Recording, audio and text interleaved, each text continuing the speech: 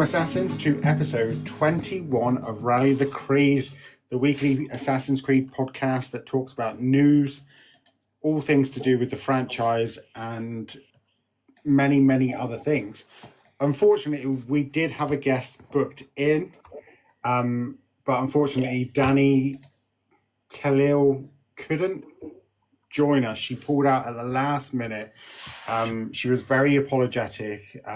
We have spoken today and she wants to come on again, but we are fully booked now until like the second week of January, I think, maybe even the third week. So we will look at getting her back on the show. I also wanted to say a massive thank you to Cole, who is our standing guest for the evening, I guess. Good to be back. Well, welcome. We have so many things to talk about today. I didn't think there was much Assassin news going on this week, but there has been a couple of things, especially today, that we can talk about and get through.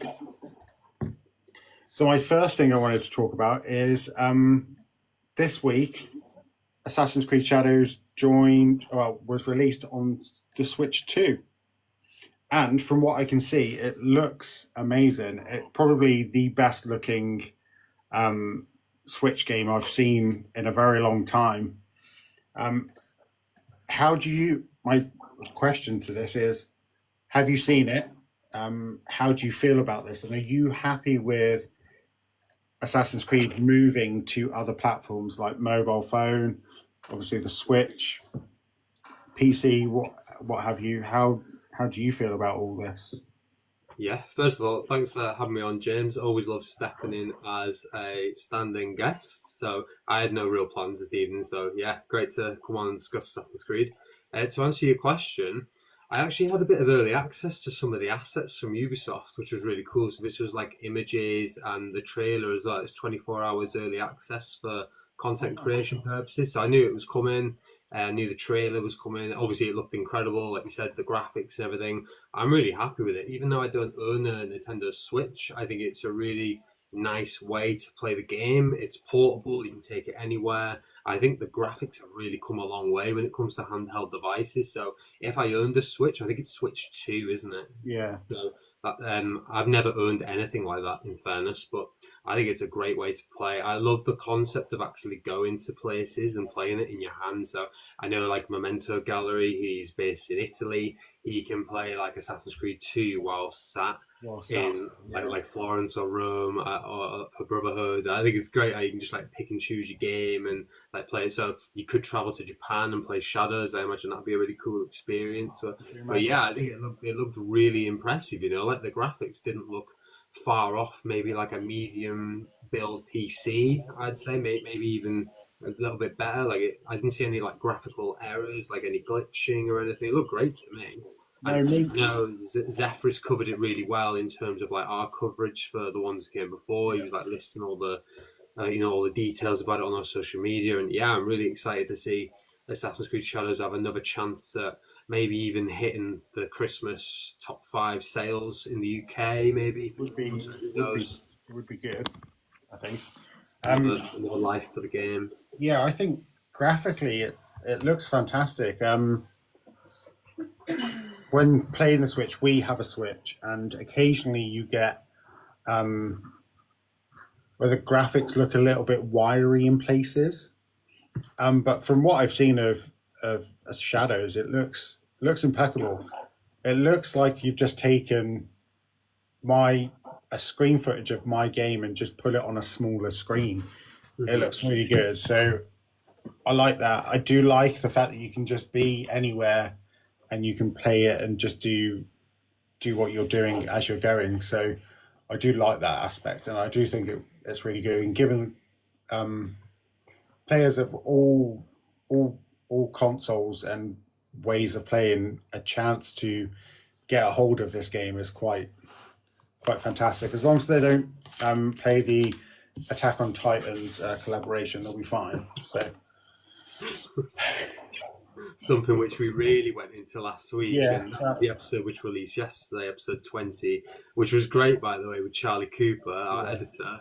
What an episode that was. And you guys have probably seen by now the episode in the title, you'll see it says Cole Run. And that's exactly what it was about. It was all about the Attack on Titan collaboration, which was just a massive failure in my eyes, and also just acted as like a massive advertisement for you to hit microtransactions. So yeah, I was totally against it. So check that one out. It was really good fun. No, it was. And for anyone who's watched any of the previous episodes of Rally the Creed, when me and Cole are talking, we generally sit on an opposite field occasionally, just so that we can be embracing of everyone's views. So we kind of sit on a... Whereas when it came to the Attack on Titans, we were on the same page, literally down to every single point. And for me, that was the hardest part, because that's not normally a position I normally take. But yeah, it was pretty bad. Yeah, and we've had a great comment here from Naren who says, "Don't know what you mean. That was an amazing, best waste of time of all time." So yeah, I mean, you gain nothing really from that whole experience. You actually gain nothing. Yeah, it probably devalues your Shadows experience overall. As we talked about, I genuinely think that it damages the brand slightly. Yeah. Not only of Assassin's Creed, but also of Shadows. Shadows has many issues itself, and that collaboration did not help in any way, shape, or form. There are so many problems that Shadows has regarding story, map size, parkour, combat, whatever it may be. But that does not help anyone defending this game. Like, go play it, and then someone brings up the Attack on Titans, and it's really... It's not an easy thing to defend. And the advert that pops up at the end is even worse. Yeah, it wasn't good, was it? No. You're playing Shadows now. How are you enjoying it, Jaden? Do you think it's great? How are you finding it? It's in my top 3 of Assassin's Creed games. I don't know where it sits on Cole's list. It's probably, I don't know. It's probably, if I was to do a ranking, it'd probably be falling right down. To be fair, it'd be like 8th and 9th, maybe 8, 9. Yeah, like that's fair on the list. Yeah. It's hard though, because there's just been some great games released. I think it's difficult. I think for some people who rank it, it's a difficult one, because I rank it so highly because I love the setting. Mm-hmm. And I love all of that sort of thing, but I can honestly see why people rank it so low. I give it a pass in certain areas because I like the setting, I like the characters, but it does have issues. It does have problems that are reasons why people don't like it. Jaden says that it's pretty okay. His favorite is Black Flag. This is probably not I'm probably not the person you need to talk to about this one. Well, that ties in nicely to what's been going on this week, I guess, James. Yeah, this has been tying in really well. We had a problem in the Discord earlier on in the week. Backlash. Yeah, it was a conversation that we had on Twitter. They posted a post on Twitter. I replied to that post, and then they brought it into the Discord, accusing me of not having respect for the franchise, which was really difficult to sit down and listen to, because I feel like I have an immense... Obviously, I haven't been doing this very long, but I have some great respect for this franchise. It means so much to me. I've been here since the beginning. And it feels the whole exchange felt very gatekeepery. I totally agree. I was just going to say, as somebody on the outside looking in, how do you feel about it? I mean, for me, I was reading it all unfold on the Discord, and then obviously I went on Twitter to see what had sparked it, and obviously a difference of opinion, but it was then brought to a very public level in front of everyone in the community chat of the ones that came before Discord, which has obviously got like hundreds of people in who can all see this, and you're basically being called out for your opinion and being told you don't respect Assassin's Creed. But I'm not going to say who by a fellow community member, but it just felt very public and like, I know more about this than you do, so you shouldn't be having this opinion. But obviously, everyone's entitled to their own opinion. But it got to the point where it was like very much gatekeeping the whole brand, and it sort of created a bit of an atmosphere in the Discord to the point where we were, as moderators, about to take action, but then the person left the Discord, which made our job easier for us. But I didn't like the way it was going, so I just sent over the code of conduct for the ones that came before, literally like, by using our platforms, you agree to these rules. And it was basically just like no leak sharing, no gatekeeping, no bullying, like stuff like this, no discrimination. I've got a whole set of lists which we run our platforms by. I think that creates like a really nice, welcoming atmosphere. And obviously, the way this conversation was going, it was steering towards toxic. I really wasn't happy with it, so I just left the rules there to see what would happen, and it just sort of resolved itself. So I didn't really have to get involved too much. But yeah, it was an interesting one, and it didn't really matter what the conversation or disagreement was about to me, because at the end of the day, like, lines were being crossed. No, so for me, it felt very much like it felt to me that they were trying to discredit me in any way, shape, or form. The conversation we had is that basically, for anyone who wants to know, the opinion was that if AC wants to continue in its future, confession corridors need to be more evident and more at the forefront. And all I said was that I don't actually think that the corridors are that important to most people, and that Shadows has many issues, whereas the confession corridors aren't its biggest problem. Not having them is its biggest flaw. There are so many other issues that it has that the corridors means nothing. Whether it had them, it wouldn't have changed the game anyway. Basically, they took that and put it into the Discord and tried to discredit me, saying I was disrespectful to the franchise.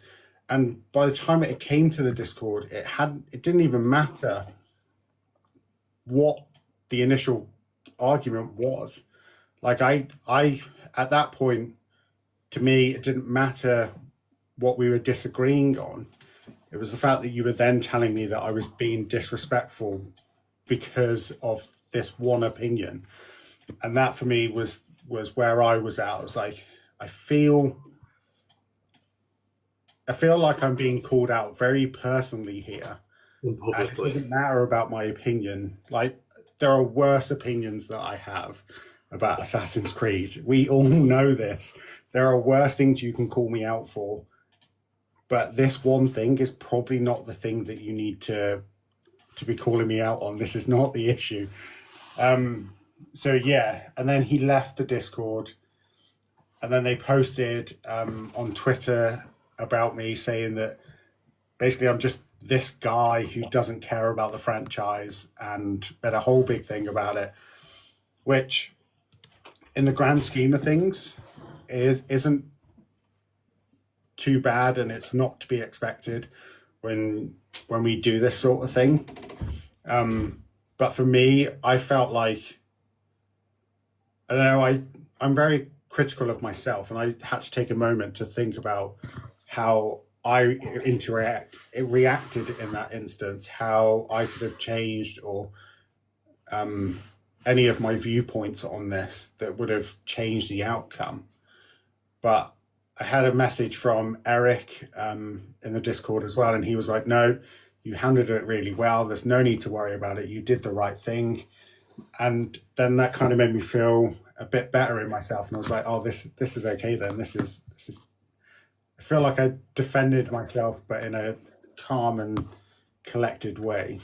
I'm glad you mentioned Eric's message as well, because Eric's one of the social media managers for the ones that came before. Yeah. And once this person had left, other community members were in the Discord saying, "Wow, this is really awkward."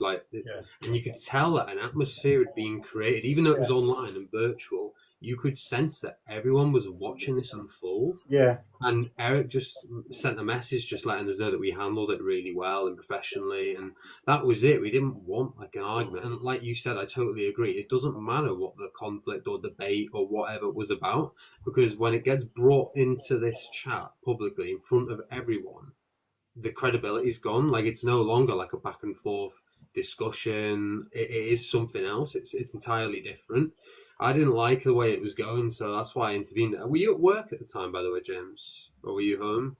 Yeah, I was at work when this was. Didn't even need it. Yeah, I didn't even need that. Working. Yeah, this was all going off, and my phone was literally. My phone was still going crazy from a post I made about Attack on Titans on Twitter. So in the midst of that and this going on at the same time, I had a really good positive going on, but then this really big negative that was kind of overshadowing the good bit that was going on.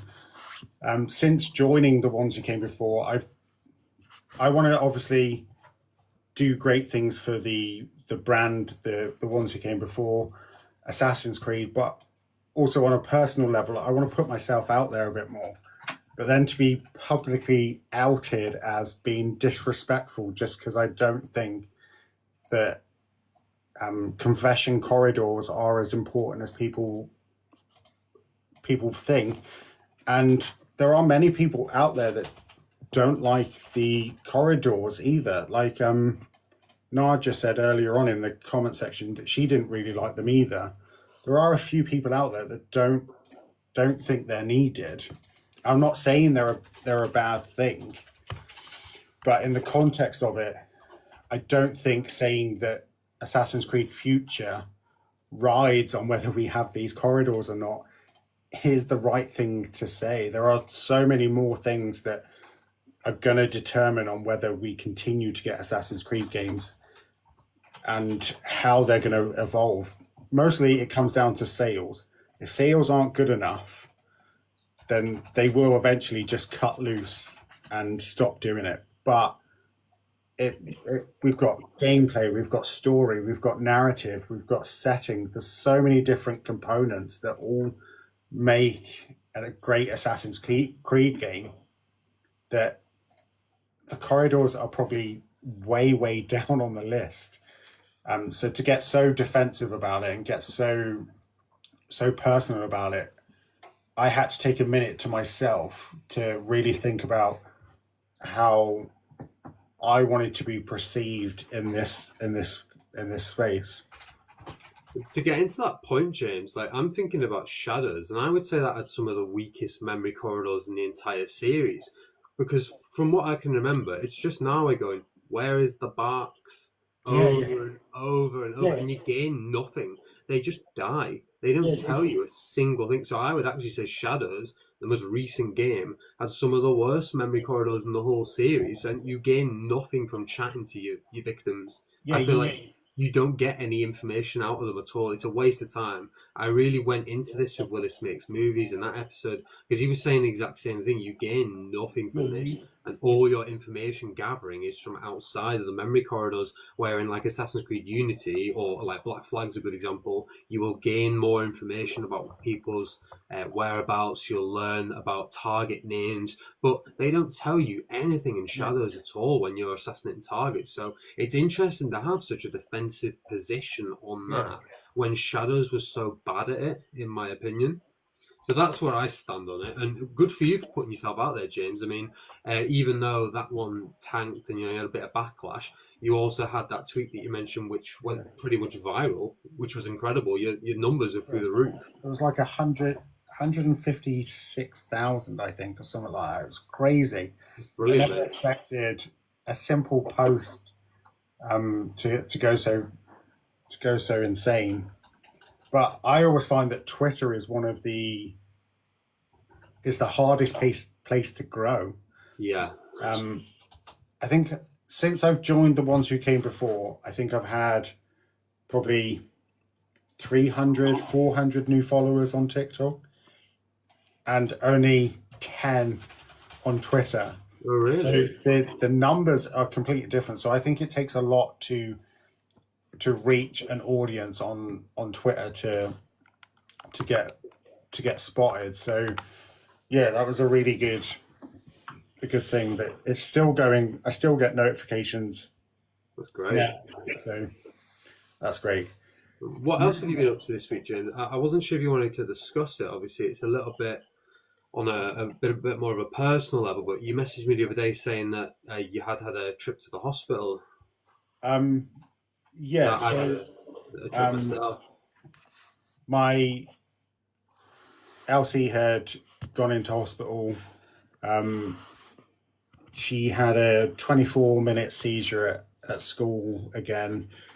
This is her first big one since she had her major operation. So it was weird to be in that place. And the last time she was on the ward that she was in when she was in hospital was when she was put into her coma a couple of months ago. So that was really, really weird to be in such a place again. It's so scary. Yeah. I was at work when it happened. I then had to drive the kids to my parents, which is in Birmingham. Then we didn't get back. I finished work, didn't get back home until 11:45, I think. Wow.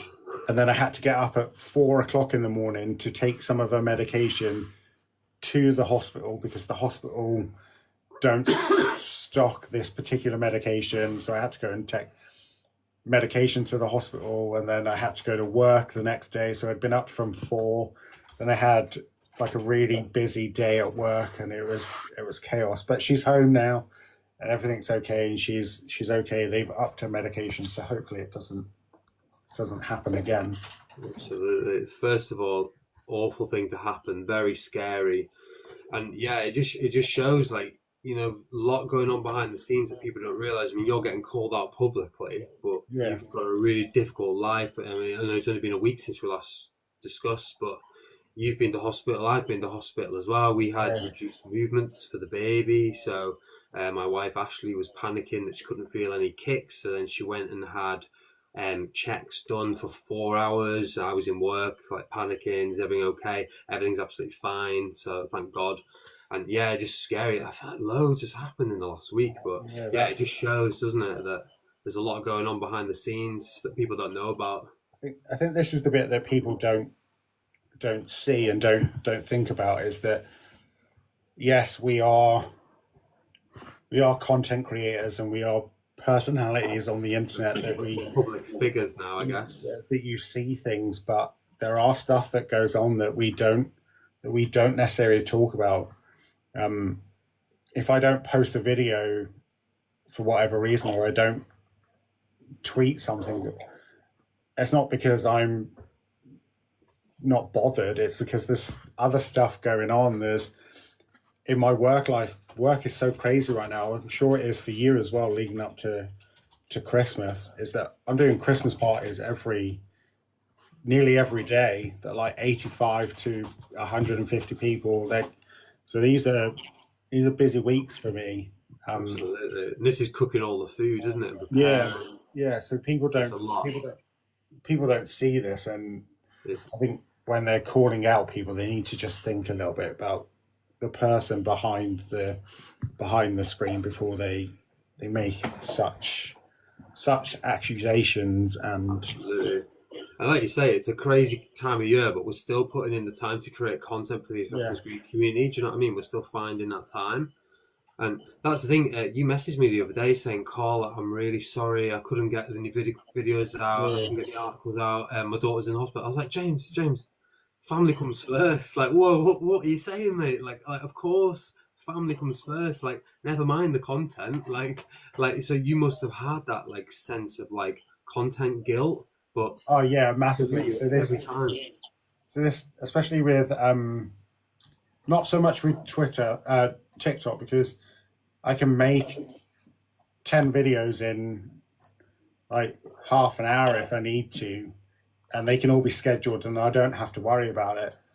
But especially since starting up YouTube and seeing about that, that's definitely, I've had a big lot of content guilt with that. It's just, I've posted shorts, no big videos, and I feel like I'm falling behind a little bit, but videos are semi-recorded. It's just a bit of editing that needs to be done. Obviously, after this busy week, potentially it might have to hold off till like a week or two, just so it calms down a little bit. But yeah, it's been a bit crazy. And like you say, it's been crazy in my work as well. I've literally not stopped, to be fair. Even like today, because it's Sunday, there's no buses. I walk to work, and it's like 4 miles, setting off at 7 a.m. in the dark. So yeah, it's just been a bit crazy. And even though it's only been a week, I still feel like I've got tons to tell you, because my memory's all over the place. I've wrote a few things down. And is there anything else you wanted to tell me about your week? I've got loads to tell you. No, I don't think so.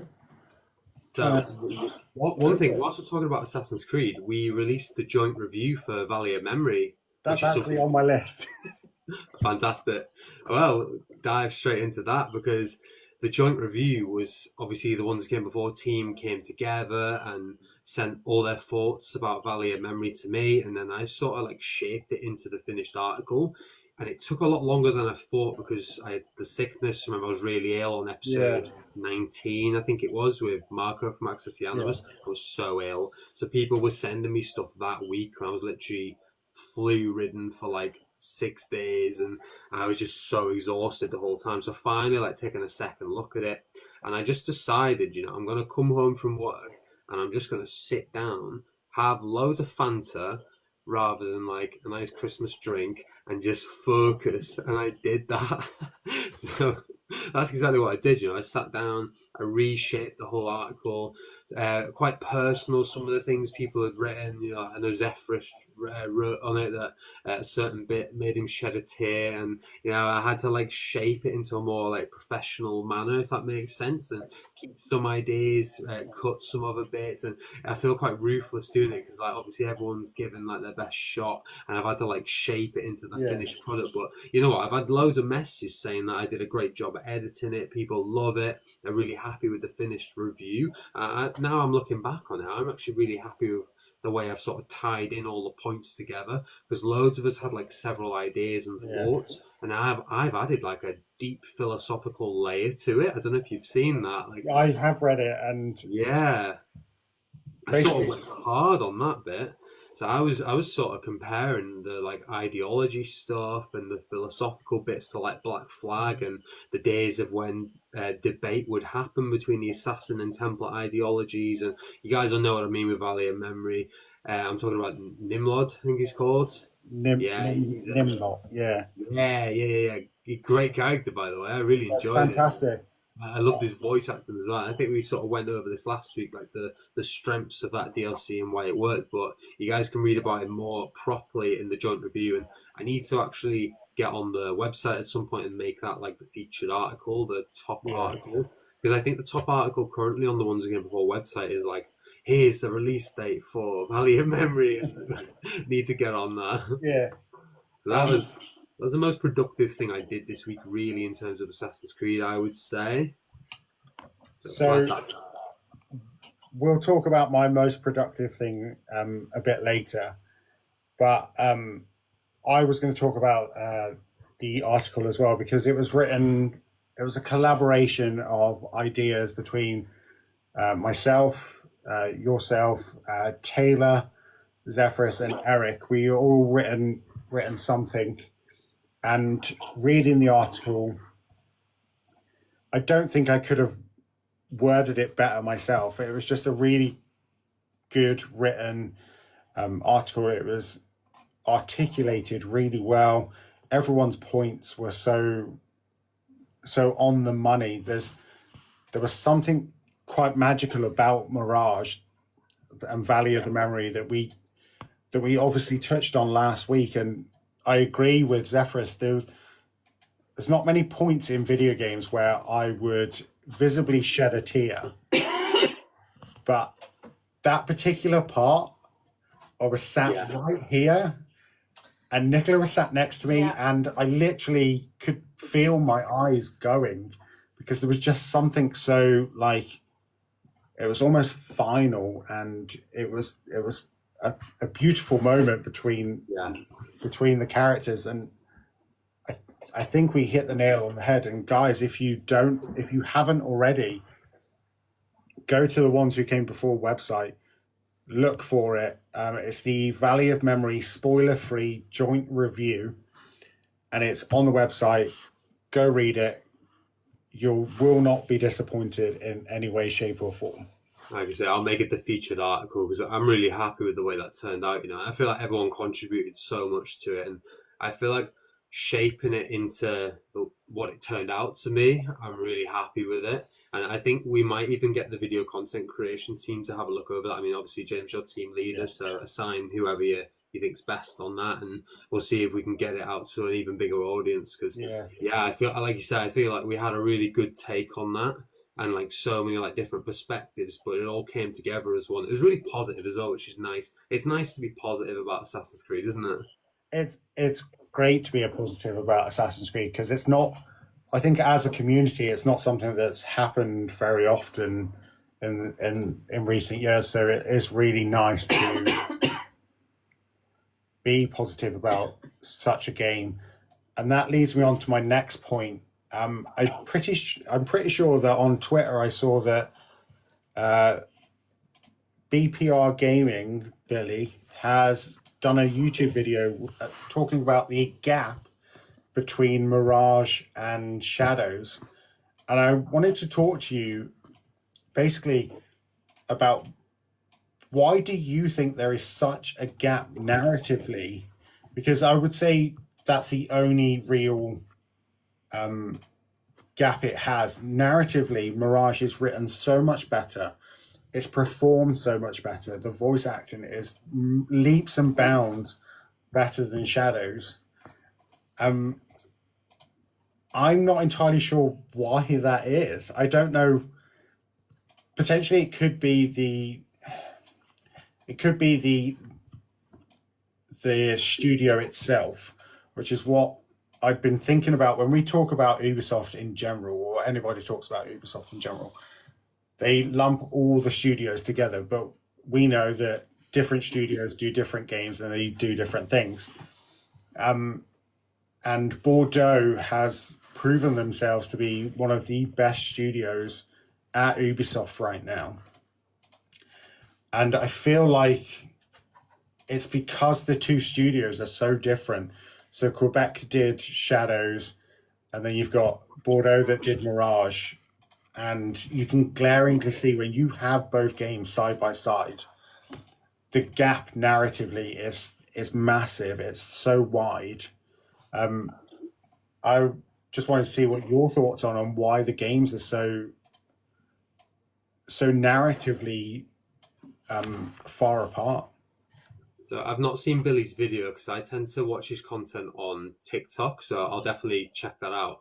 To answer your question, I think Shadows was just not focused enough. I feel like Mirage is a very focused game. Obviously, it's a lot shorter than Shadows, which is a huge game which tried so many ideas. I feel like it could be one of them scenarios where too many cooks spoil the broth. I imagine there's a ton of input from a wide team of writers, probably all around the world, contributing. Obviously, if we're just talking about the Quebec studio, I imagine they were just so focused on selling like an epic ninja warrior tale that they weren't focusing on the assassin elements or like a solid storyline. Because I totally agree. I feel like narrative let down Shadows. It was really where we knocked it in our review.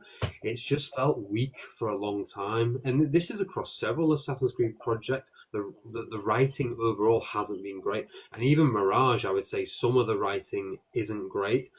Some of it I think was a real problem. And like, I think the best example of this is when Willis Makes Movies did a video on how the trailer for Assassin's Creed Mirage did the story better, and it totally did. And Yeah. this is all about like building the relationship with Roshan in the what would you call it, like the Alamut, when it's like Yeah.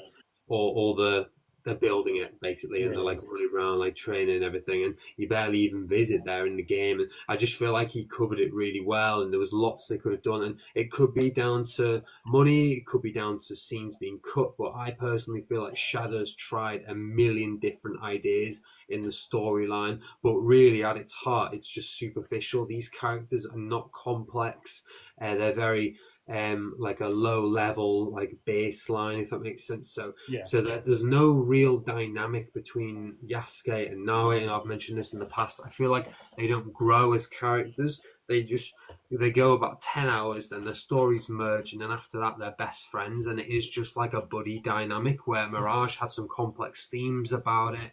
It tried a few different things, obviously with Loki's visual representation, the way it was done in terms of like hallucinations, seeing the female version of Loki there, whose name I forget, I haven't played it in a while other than the DLC. But yeah, I just feel like it was more complex and focused with Mirage, where Shadows was very basic. Nihal, thank you. Yeah, very, very, very much like a focus issue. I feel like so many people had their input on Shadows that it just came across as like scattered and just ideas all over the place, and a lot of dead ends and a lot of ideas that weren't really explored. They'll start an idea and then kill it straight away. And yeah, I feel like they used the whole concept of Yasuke being a slave, and they never explored it again. Yeah. So, like, I think I've mentioned this in the previous episode. I feel like he should have really cared about other slaves in Japan. Definitely. He should have been freeing them. Like, and this is an idea. Obviously, at the start, you see Yasuke as a slave, and you're thinking, right, this could be like a freedom cry, where he really cares about other people. Now he's liberated himself. He's free to make his own decisions, but he doesn't even mention it. And I don't know. I just think there's a lot of like glaringly obvious problems, and I feel like we've mentioned them a lot in the past, but I think it's a real issue of them.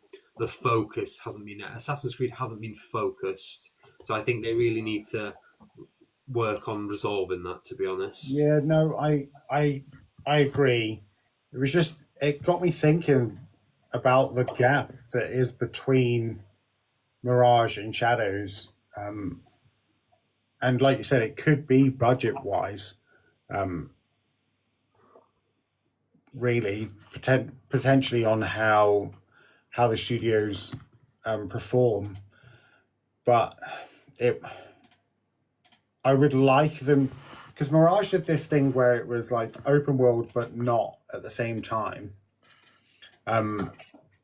So once you get to Baghdad and you do the first mission, you then get a choice of which bureau to go to next. And by going to the bureau, it doesn't change the overall outcome of the story. But if you go to either one, it doesn't change anything. It gives you the option of where to go. Whereas with Shadows, when you've got that giant wheel, I feel like I tried to do the same thing. Like when you assassinate somebody, 2 new people pop up on the wheel, but those 2 new stories are completely independent to anywhere else in like it had nothing to do with the next person, or who was the only person that really had a connection was Nobunaga's wife, really, and that was it. And even that, I think they handled poorly. So I potentially it's writing, or what have you. I just think the gap is so big right now, and especially with the DLCs, it shows how big the gap is. I have frequently gone back to Mirage this week, run around, do a couple of things, whereas Shadows, I'm literally just logging in every week, getting my free reward for the Christmas thing, and that's it. I haven't really done much. I did a bit on a live a couple of days ago, but that's it. And it's just, even when you're doing those little bits, like when you're doing the corrupt castles or you're doing the tournament or whatever it might be, you do it and then you feel like there's nothing else to do. This map's so big and so wide and so vast, it just feels empty at times. I totally agree on that, James. So it's such a huge map, and you mentioned the targets as well. They don't feel connected. It's because the map is so big. So like some of the targets can be in like one part of Japan, like one of the basically like counties or region, province, and then you move to another one, and it's almost like one doesn't affect the other, and it just feels like you're killing people left, right, and centre, and it's just to get like the points and like the experience points so you can level up, and they're not memorable. I mean, I was saying this in previous episodes. I just think that most of the targets in Shadows were just like thrown in so that you had more people to kill, and like there must be like 100 people on the board. And the funny thing is, like, I remember when I was coming up to maybe 70 hours in the game, I was like, oh, I've killed literally all the targets, I can move on to the DLC soon. And then I killed another target and like another 10 appeared, and I was like, are you joking me? Like, what is going on? And I remember I was just like free roaming, and then there was a target, and I thought, oh great, he'll be on my board already. And I killed him, and then all of a sudden another board appears called the Great Tree, and then another like 10 targets. I was like, when will it end? There's just targets left, right, and centre. Like, I feel like I'm not having an impact on Japan at all. I just appear. I stumbled across somebody in a lake. I wasn't even looking for anybody. I was just exploring, and I got close to this person, and all of a sudden the screen does that, like, that black and white thing that it does. It did that, and I was like, oh, this is a boss guy. I'll try and kill him. Killed him, and like you said, you open up the map, and then this whole nother tree opens up, and it's like, oh, the winter soldiers or whatever it is, and it's just so much, which I feel like Mirage doesn't have that, obviously. So it benefits from being, it's like a combination of the two. It's RPG, but it's linear at the same time, and it's linear is the key word there, because I think that's what the success of Valley of Memory was, wasn't it? And I think a lot of people are saying it now. Assassin's Creed needs to go back to being linear, doesn't it? Really, it bugs me to say it, because I like the RPG elements. I like running around in big open maps. Running around in big open maps, not in a ship or anything of that sort. Running around on open map, I really do enjoy. Getting as much play time out of it as I possibly can, but I do think that in a way it needs to be more linear to survive. It's not going to survive much longer if it's an RPG game. I don't think it's going to. It can have the elements, it can have the combat, it can have skill points to a point, because I think skill points show growth. So if you've been an assassin for 20 years or whatever, Ezio for instance, you would progress and you would get better at certain things. So skill points would be something that he would technically have in real life, if in a way. So I do think that some elements need to carry through, but I think narratively wise, I think linear is the way to go. Yeah, I totally agree, to be honest. And this is the thing: how many more like aspects of RPG can Assassin's Creed take from other RPGs? And I think when GTA 6 comes out, GTA 6 next one, when that comes out, I think a lot of RPGs are going to be looking to that and thinking, right, what's that doing? We need to take some aspects of that. And I think that'll be the big one. And then The Witcher, I think, is another big one that's in development.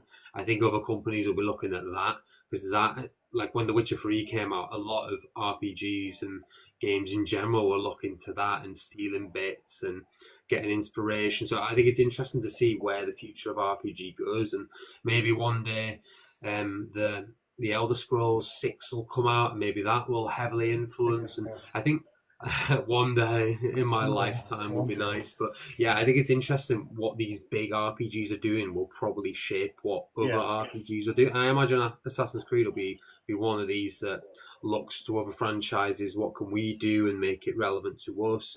But yeah, I can't really think of how much more they can take from RPG. And to survive, like, the thing I don't get, James, right, with all these targets, the Animus, for example, you're reliving the memories of your ancestor, but you're running around in like snow, for example, and like you're coming across a target and killing them. But in the actual like timeline, you might have killed this target in summer on a hot day. Yeah. So it's like, because it's not linear, like the weather conditions in the Animus are wrong, the time of day is wrong. Whereas like when you're doing it like linear, you know that this is the canon way this target was assassinated. Like I know this target was killed in spring at night. Do you know what I mean? Does that make sense?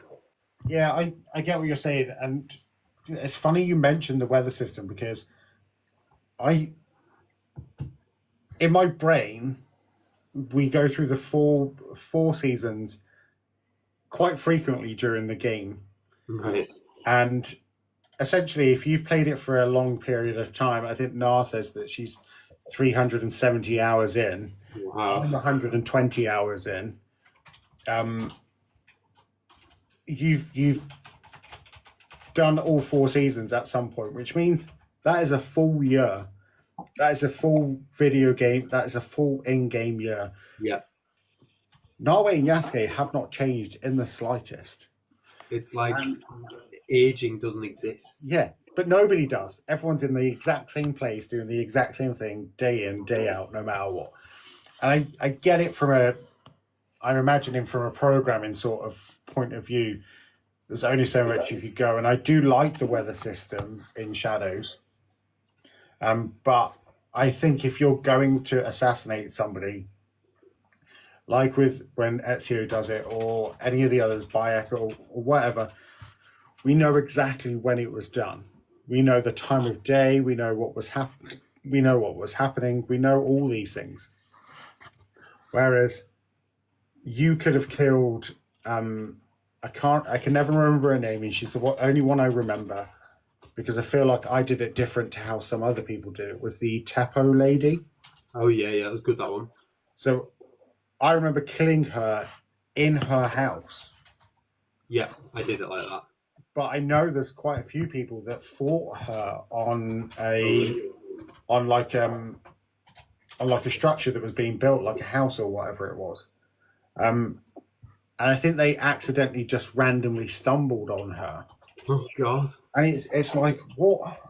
Like, if you do it the house way, you get this nice interaction. You get this moment where Narwe's like, "You've given me what I want, but I don't actually care if you've given me what I want. I'm still going to kill you." And it felt very.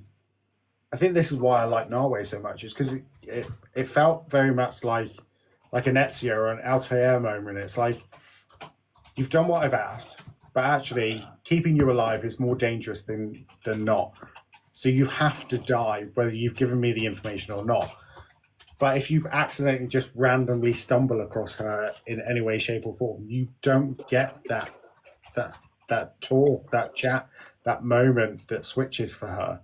That is one of the most memorable targets in the game, to be fair, and that was a really good moment.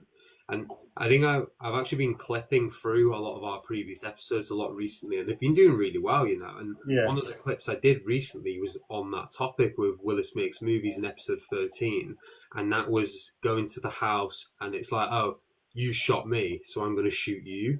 Yeah, it's like this is like a nice way of doing it, because as the player, you don't expect Narwe to retaliate like that. But she does. That is good, to be fair. But that is in the first 10 hours of the game, and I think the first 10 hours is really to capture and get good reviews. I think a lot of people who write reviews, they don't go beyond 10 hours, and then that's when the writing goes massively downhill for the next like 30, 40 hours, picks up again a little bit, and then drops off massively at the ending. So I think they put a lot of effort into the first 5-10 hours before you even meet Yasuke with Nawe. And I think that was a great target. And it's really sad to hear that some people had their experience ruined by just stumbling upon the Tepper. Yeah. So I feel like Norway grows a lot through Shadows. That's why I kind of champion her a little bit, that she goes from this, especially when you play the game, that first kill, she's a bit shaky. It's not very easy to get that first kill. And then she's killing people as efficiently as the player allows her to do so, but she's doing a good, and I feel like she's had a lot of growth. But there are points where it feels really flat, and if people are missing certain things on how to do particular missions that miss this little chat, this little way of going about this particular mission or whatever, then they miss out on some potential stories. Like if you choose Yasuke to kill somebody, but I used Nawe to do it, I don't particularly know, but is the outcome different? Is there a different interaction? There's points where Yasuke would have a really good in-depth conversation, but then Nawe could be like, what? She has no connection to this guy at all, or what have you. So it feels a bit, it does feel flat at places. I just think the gap between Mirage's story and Shadows is because of the linear aspects of it, and you can't accidentally stumble across a target in Mirage. You can't, I don't think you can in any of them leading up to probably Odyssey and Origins and Valhalla. But even then, I don't think that I think they're protected still by some form of plot armor, I guess, or what have you. Mirage, Shadows just lets you seem to do as you wish, however you want to. I think that does let it down slightly. Going back to what you said about targets before, James, when you said it, I had this like vision in my head of what if they did like Assassin's Creed 2 with this huge target board, because it would be like Vieri di Pazzi, and it'd be Vieri di Pazzi's dad, and then it would like spin off Vieri di Pazzi's nana, Vieri di Pazzi's auntie. It'd be like every single member of this huge family. Like ridiculous. Patsy's. It would be Patsy's dog walker's nan's mum's sister or something. You're just wiping the ball out. Yeah. Maybe it's so done. He's moved. He's annihilated that family. He's moving on to the next one. He just doesn't care. Yeah, the Borgias. I'm going to take out all the Borgias next, and it's just crazy.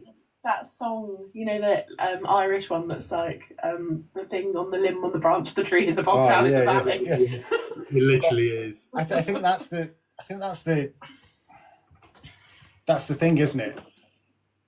Valhalla, Odyssey, Origins, they had this. You could go anywhere, you could do anything, and there are positives to that, but there are massive drawbacks as well when it comes narratively speaking.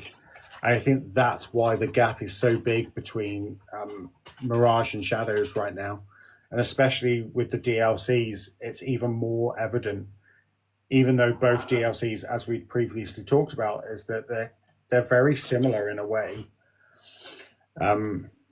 Claws of Awaji, even narratively speaking, falls massively short compared to Valley of Memory. There are obviously, we know now. There's hints in the title. There's all these things that lead up to this moment, and I just think narratively it shows a glaring gap between games and studios that something's not quite right at the moment. with particular studios.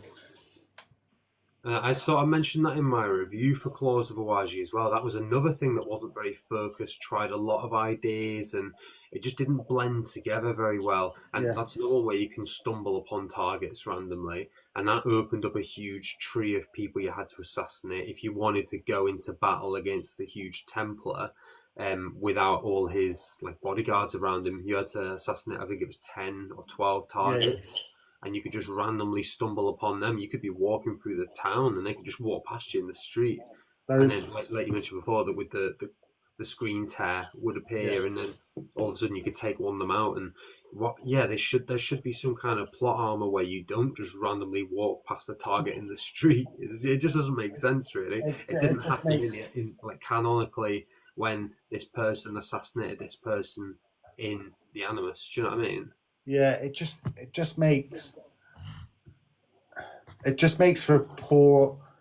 You're just inviting a negative outcome if you're missing a certain interaction that tells a little bit of a story, or it gives a little bit of a glimpse at what's to come. Potentially, let's say, like we've talked about Yasuke being a slave.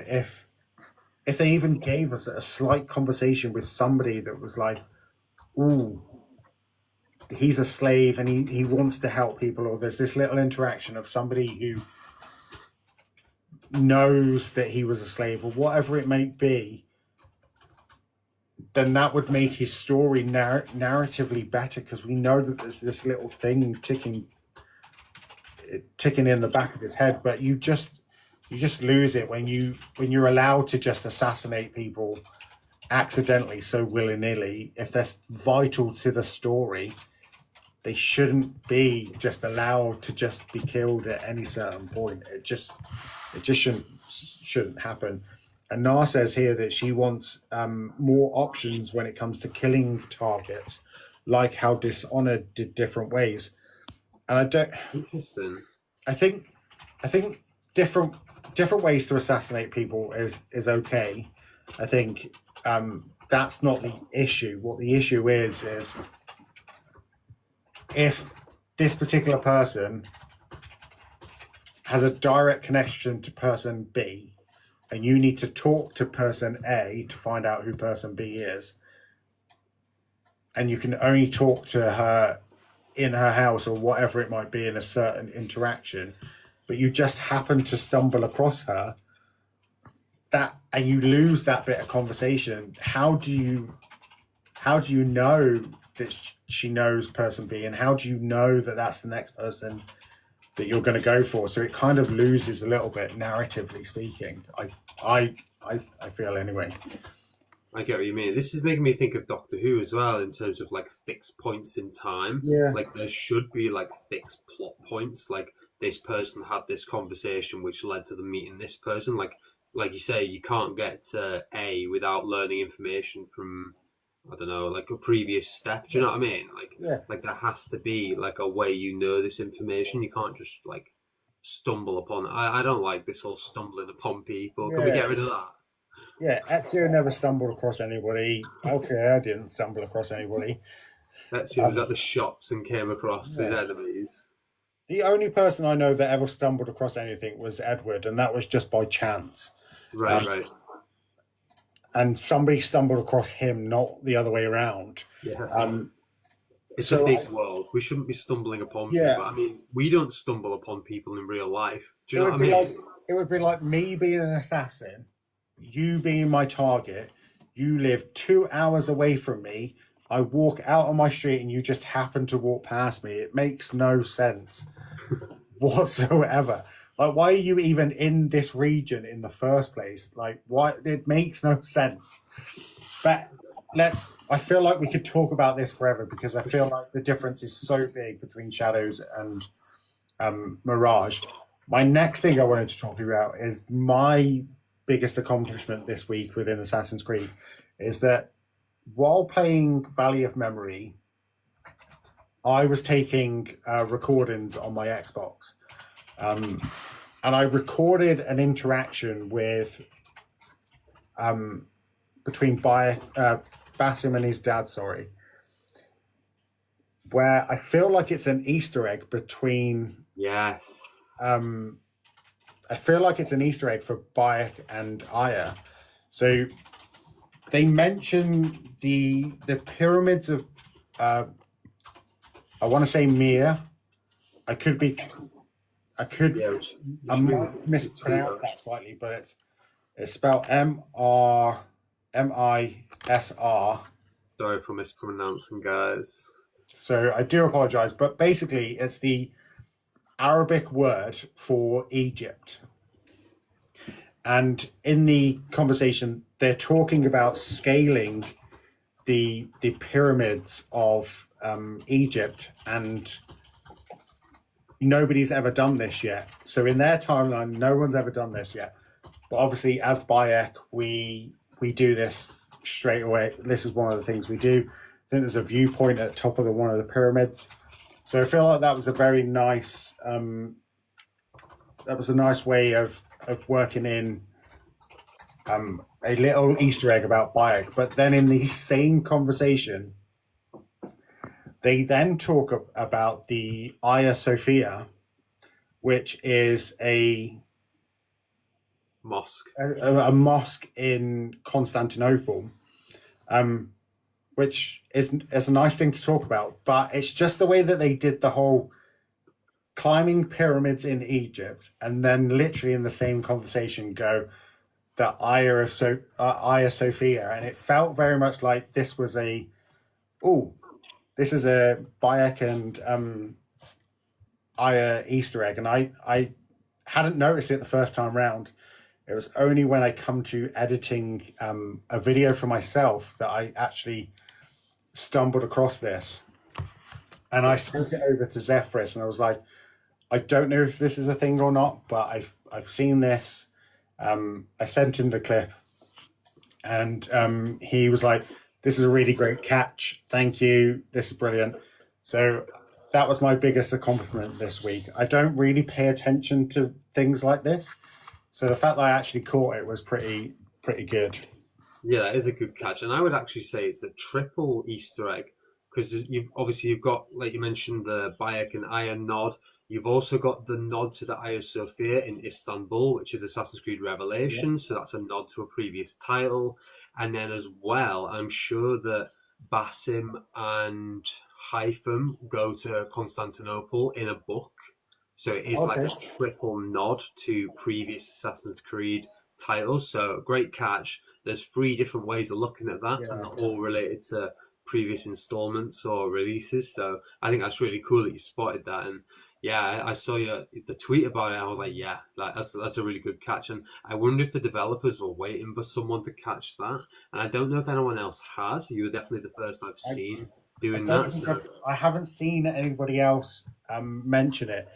It's because, and the reason I clipped it was because they mentioned the pyramids in this place, and I was like, where is this place? Where are these pyramids? Because the only pyramids I really know about are Egypt. So where is this place? And I forgot about it. It was in my drafts for ages.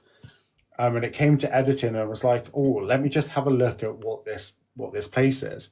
It's like, oh, it's Egypt. I was like, oh, they're clearly talking about Bayek at this point. And then the fact that they mention just the name Aya in the same sentence is such a good little thing. And the fact that you mentioned the novel with Constantinople as well is that when I posted that video on my TikTok, somebody actually commented that and was like, this is also a callback here as well. Oh, that's cool. But yeah, I think I did read the book when it first came out. I would like to know what it's called, to be fair. It's been a little while since I've read that one. I'm trying to find the title for anyone listening. It could be Assassin's Creed: The Golden City. Yeah, this is the one.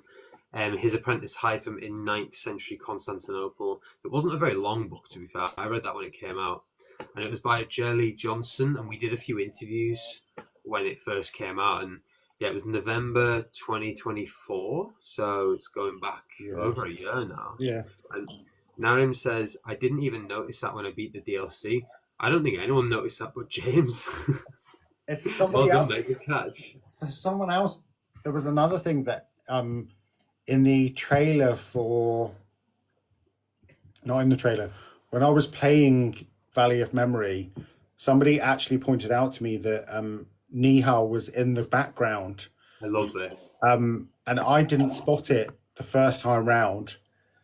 So I actually went back Was it and the hidden one who spotted it? I think so. And Could have been.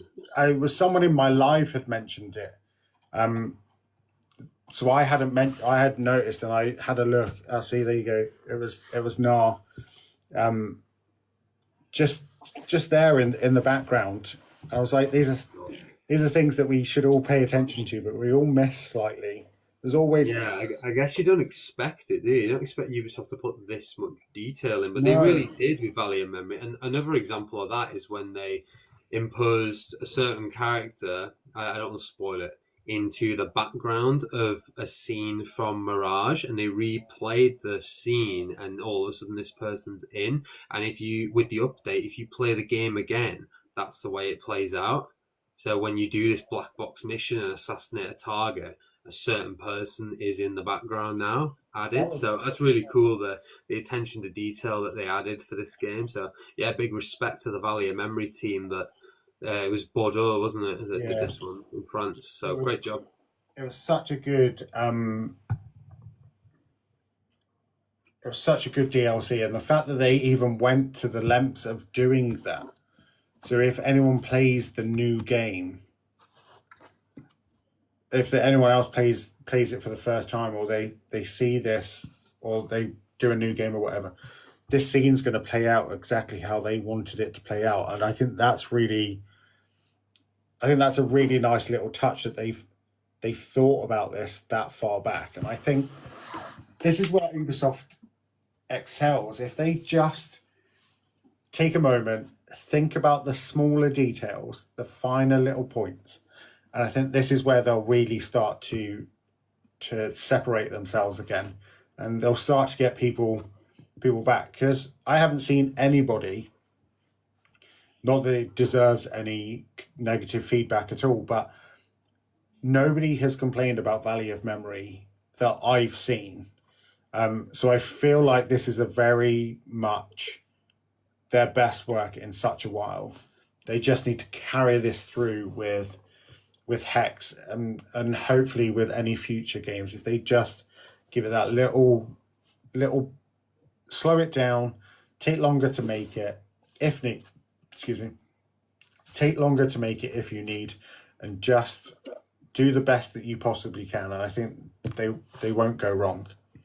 I think it's down to focus as well. Like, that was a very focused DLC. It had a story to tell. It wasn't the advertisement we were worried it would be for Saudi Arabia. It turned out to be really well written. And it had some really nice personal beats in it, especially when it came to Bassum's personal story with his father. And yeah, it was really nice. And yeah, I totally agree. I do hope that they can keep this momentum going. It's a positive. But it's a shame that we mentioned earlier that the Attack on Titans collaboration has damaged Assassin's Creed, because that's technically the most recent release. And yeah, I guess it's just a turn now for damage control and what they can do now. But I'm not sure if it's on your list to talk about tonight, James, but I've got a feeling we might see something at the Game Awards, for Black Flag. So I do have something on my list. What do you think about that? So obviously it's not Assassin's Creed related, but obviously we know that Prince of Persia is getting a remake, and it has been said that they are not showing that at the Game Awards, which is fine, but this possibly could mean that if there is a Black Flag remake, that this would be the best time to show it. Definitely. With so many eyes on the Game Awards, this would be the time to show it, and this would be the time to get everybody hyped up about it. But I wanted to go a little bit further with this and say that if they don't show it, and they don't show anything about Hex or Jade or any upcoming games or whatever. Why do you think that Ubisoft are being so shy with their advertising if they don't show it? Like, we're all asking for it. This is something that's been the Black Flag remake is probably the worst kept secret possibly right now. So if it is real, announce it. If it's not, say it. But why do you think that they're being so shy with advertising? I think Across the Ubisoft. board, I think. Yeah, I agree totally. And they've not had the same sort of funding for marketing in the past few games as they used to in like I guess going back to when I started, the ones came before, like 10 years ago, they had huge budgets for marketing. There was so many trailers, and now like we went months during the Shadows marketing campaign without even seeing the game. Like it was like everyone had forgotten about it. Yeah. Went like 2 months without anything at all, no promo images or anything. So I think that's just the way they play it now. They play a bit of a long game strategy, hoping that they can generate sales quickly. And I think Ubisoft liked a lot of control when it comes to their marketing campaigns. But the problem Ubisoft have is that there are people that really want to leak from within Ubisoft. Yeah. So I can't think of a single Assassin's Creed game that surprised me because it's always been leaked in advance. And the way it's gearing up and the way my interpretation of it from an interview I read today is that perhaps they're interested in using the Animus Hub to promote this next game. So it's also on my list as well. Is it? And this is something Joe Raptor mentioned in our interview on Rally the Creed. He said that the Animus Hub platform should be used to generate these players who are using Assassin's Creed and are actively playing and give them something back. So I do wonder if they're wanting, let's say the Game Awards comes and nothing is shown. I wonder if maybe Christmas Day, as a present to the community, you all log on to Assassin's Creed and the final advent is the Black Flag trailer just stored within the Animus Hub. You launch Animus Hub or Assassin's Creed and it's like Black Flag resynchronized or resynced or whatever it's called. Whatever, I forget what they're calling it. Could you imagine? And it's like a gift to our community. We know you're here because this is Animus Hub, so you're obviously playing Assassin's Creed. Have a trailer, and then this is like a reward to the community who are using the Animus Hub. And like I say, Joe Raptor touched on it. It'd be really cool to see the platform used like that, and maybe that's what they want. They want a bit more control over it. And the other thing is maybe because of the recent, Shadows didn't have a great sales. Like they're not going into the numbers, are they? So I guess it's not sold as well as expected. Maybe they just haven't got the budget for it now. So that's my take on it. Anyhow, that's how I see it. Yeah, it's a difficult one because obviously the interview with Games Radar Plus, basically the overall interview was that there are many story threads that were hanging out, but they were intentionally left that way, and that the Animus Hub is going to be not exclusive to Shadows, that it's going to be continue across future AC titles, including Hex, and it will evolve the overarching narrative. They haven't clarified whether this replaces traditional modern day storytelling or if we will ever return to protagonists like Desmond or Layla. Some fans have speculated that it could be a step forward to a single player live service model, but again, that's something that Ubisoft haven't discussed. We have touched on it before that the hub is a bit pointless as it sits, because if I'm going to play Odyssey, Origins, Valhalla, I'm going to load up those games. I'm not going to load up Shadows, which has the Animus Hub, to then load into another game. Of course. It wouldn't make sense. So I'm interested to see where they go with this Animus Hub and how how it progresses. My question for you is, because I know you love the Animus Hub, do you think the Animus Hub is a smart way to unify Assassin's Creed storytelling going forward, or does it risk replacing modern day characters and narratives that fans have connected with? I think Animus Hub is a good idea, but they haven't used it well at all. So all they've done is replace the Ubisoft Connect launcher, and you launch up the Assassin's Creed game you want to play, and then you hit play.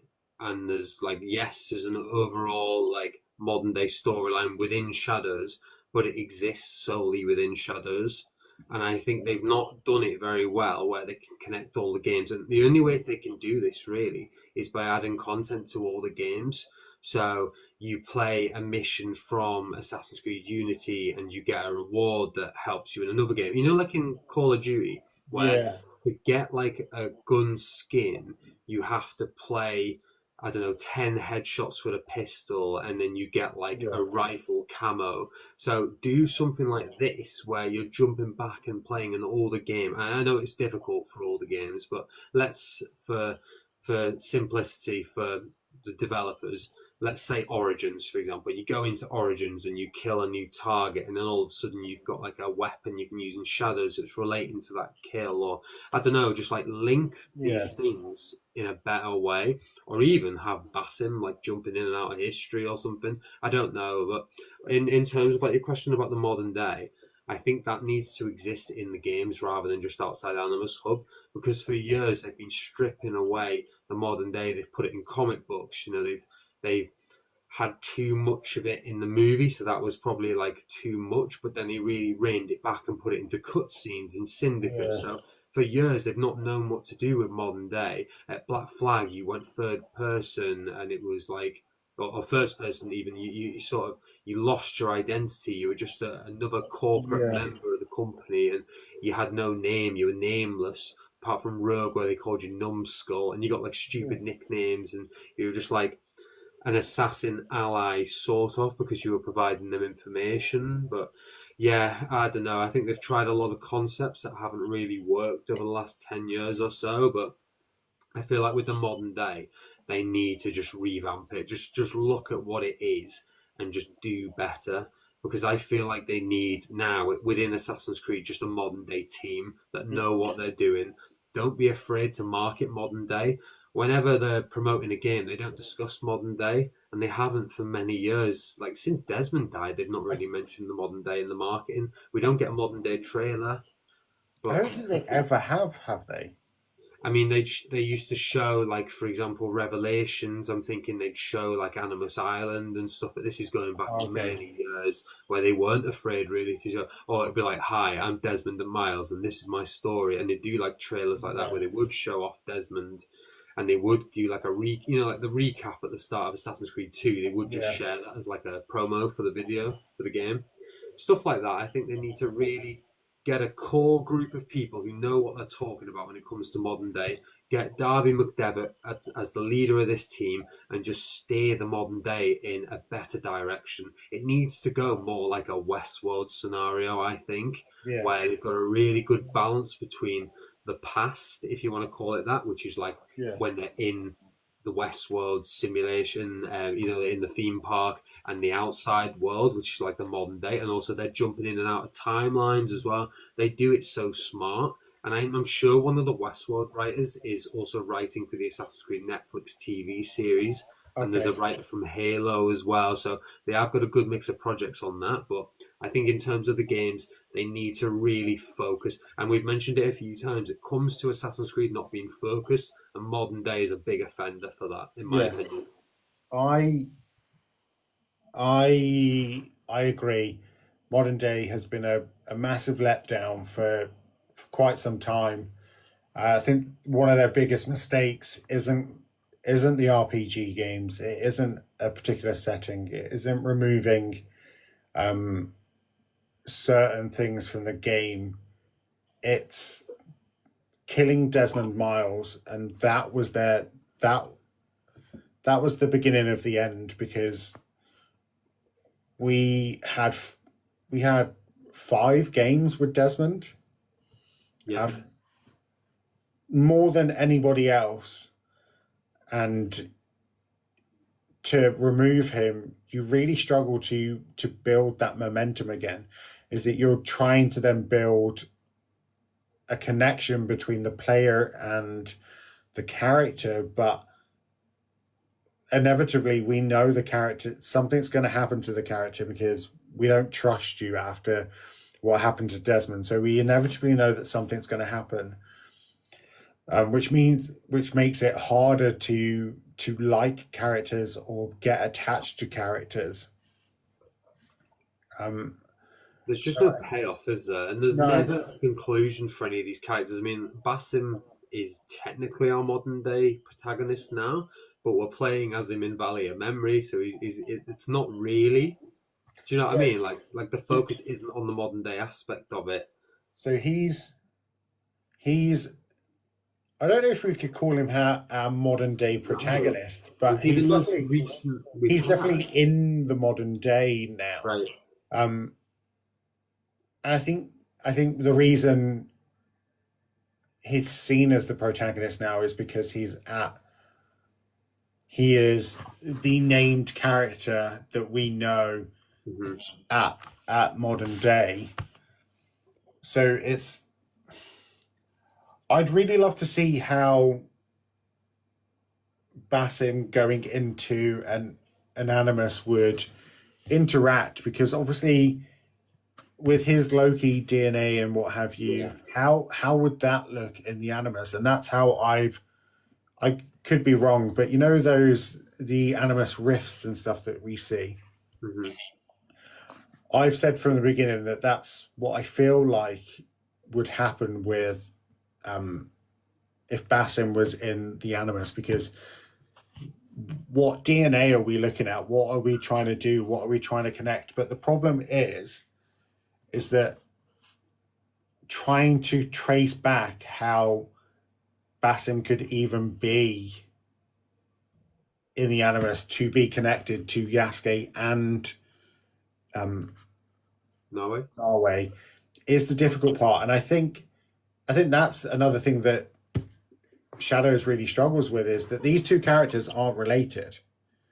So how can somebody who's in the Animus be using two different people's DNA? Because it makes no sense. It's weird, isn't it? It's almost like they've obviously got some kind of DNA from descendants, and now they've linked the memories together, so they've managed to get like two streams of genetic memory, and they've merged them together to have like one perspective and then the other perspective. But it is weird. It's not really explained. It's not explained at all, and it is really weird. But yeah, I'm just not sure what we're looking for and what's going to come next. So I wanted to go slightly off topic on the next question. So it's not. This is the second bit that isn't AC related, but have you played Avatar: Frontiers of Pandora? No, I haven't, but I think the graphics look incredible on what I've seen. I wanted to talk about how it is one of Ubisoft's most beautiful games. I feel like it doesn't get talked about enough, but it just had a new title update which took it from first person to you could do first person and third person now. Okay. And it looks amazing. So my question to you is, would you play a first-person Assassin's Creed game that's not VR? So do you remember like Mirror's Edge, that sort of? Yes. I used to play Mirror's Edge. I'm glad you've said that, because I'm just Googling Mirror's Edge now to see if that was what it was called. I used to play that, and to be honest, it used to make me feel a bit sick. Okay. First-person timing the jumps and stuff and looking down, and you can see it. Obviously not with VR, because that would actually make me feel really ill. But I just remember it being so strange, and like you see like all your limbs like everywhere, your legs, your hand. I'm not a big fan of it, to be honest. So I don't think I'd like that at all, to be honest. If they did like a mod, it might be quite funny. If like the modding community did like Yeah. Assassin's Creed 2 in the first person, that could be quite fun and funny for like modders to play with. But if they actually, I don't know, updated Shadows and was like, yeah, we're getting rid of third person, it's now first person, I think that would be so weird. I don't think I'd like it. Or even like, it's reminded me a bit of like Skyrim, you know, climbing up the hills and stuff. Yeah. I don't know. As we were talking, I was like, how it would have Mirror's Edge parkour, but it would have almost like a Oblivion Skyrim combat system, really. Yeah. I like the idea. As I was writing it, I was like, I quite like the idea of a first-person Assassin's Creed game, but then you kind of lose. Could you imagine doing Yasuke's one of his special moves where he literally holds the Konobo out and just spins around with it? Could you imagine being in first person while that's happening? It would be. I think you'd lose. Yeah, I think I'd lose my mind. But I like the idea.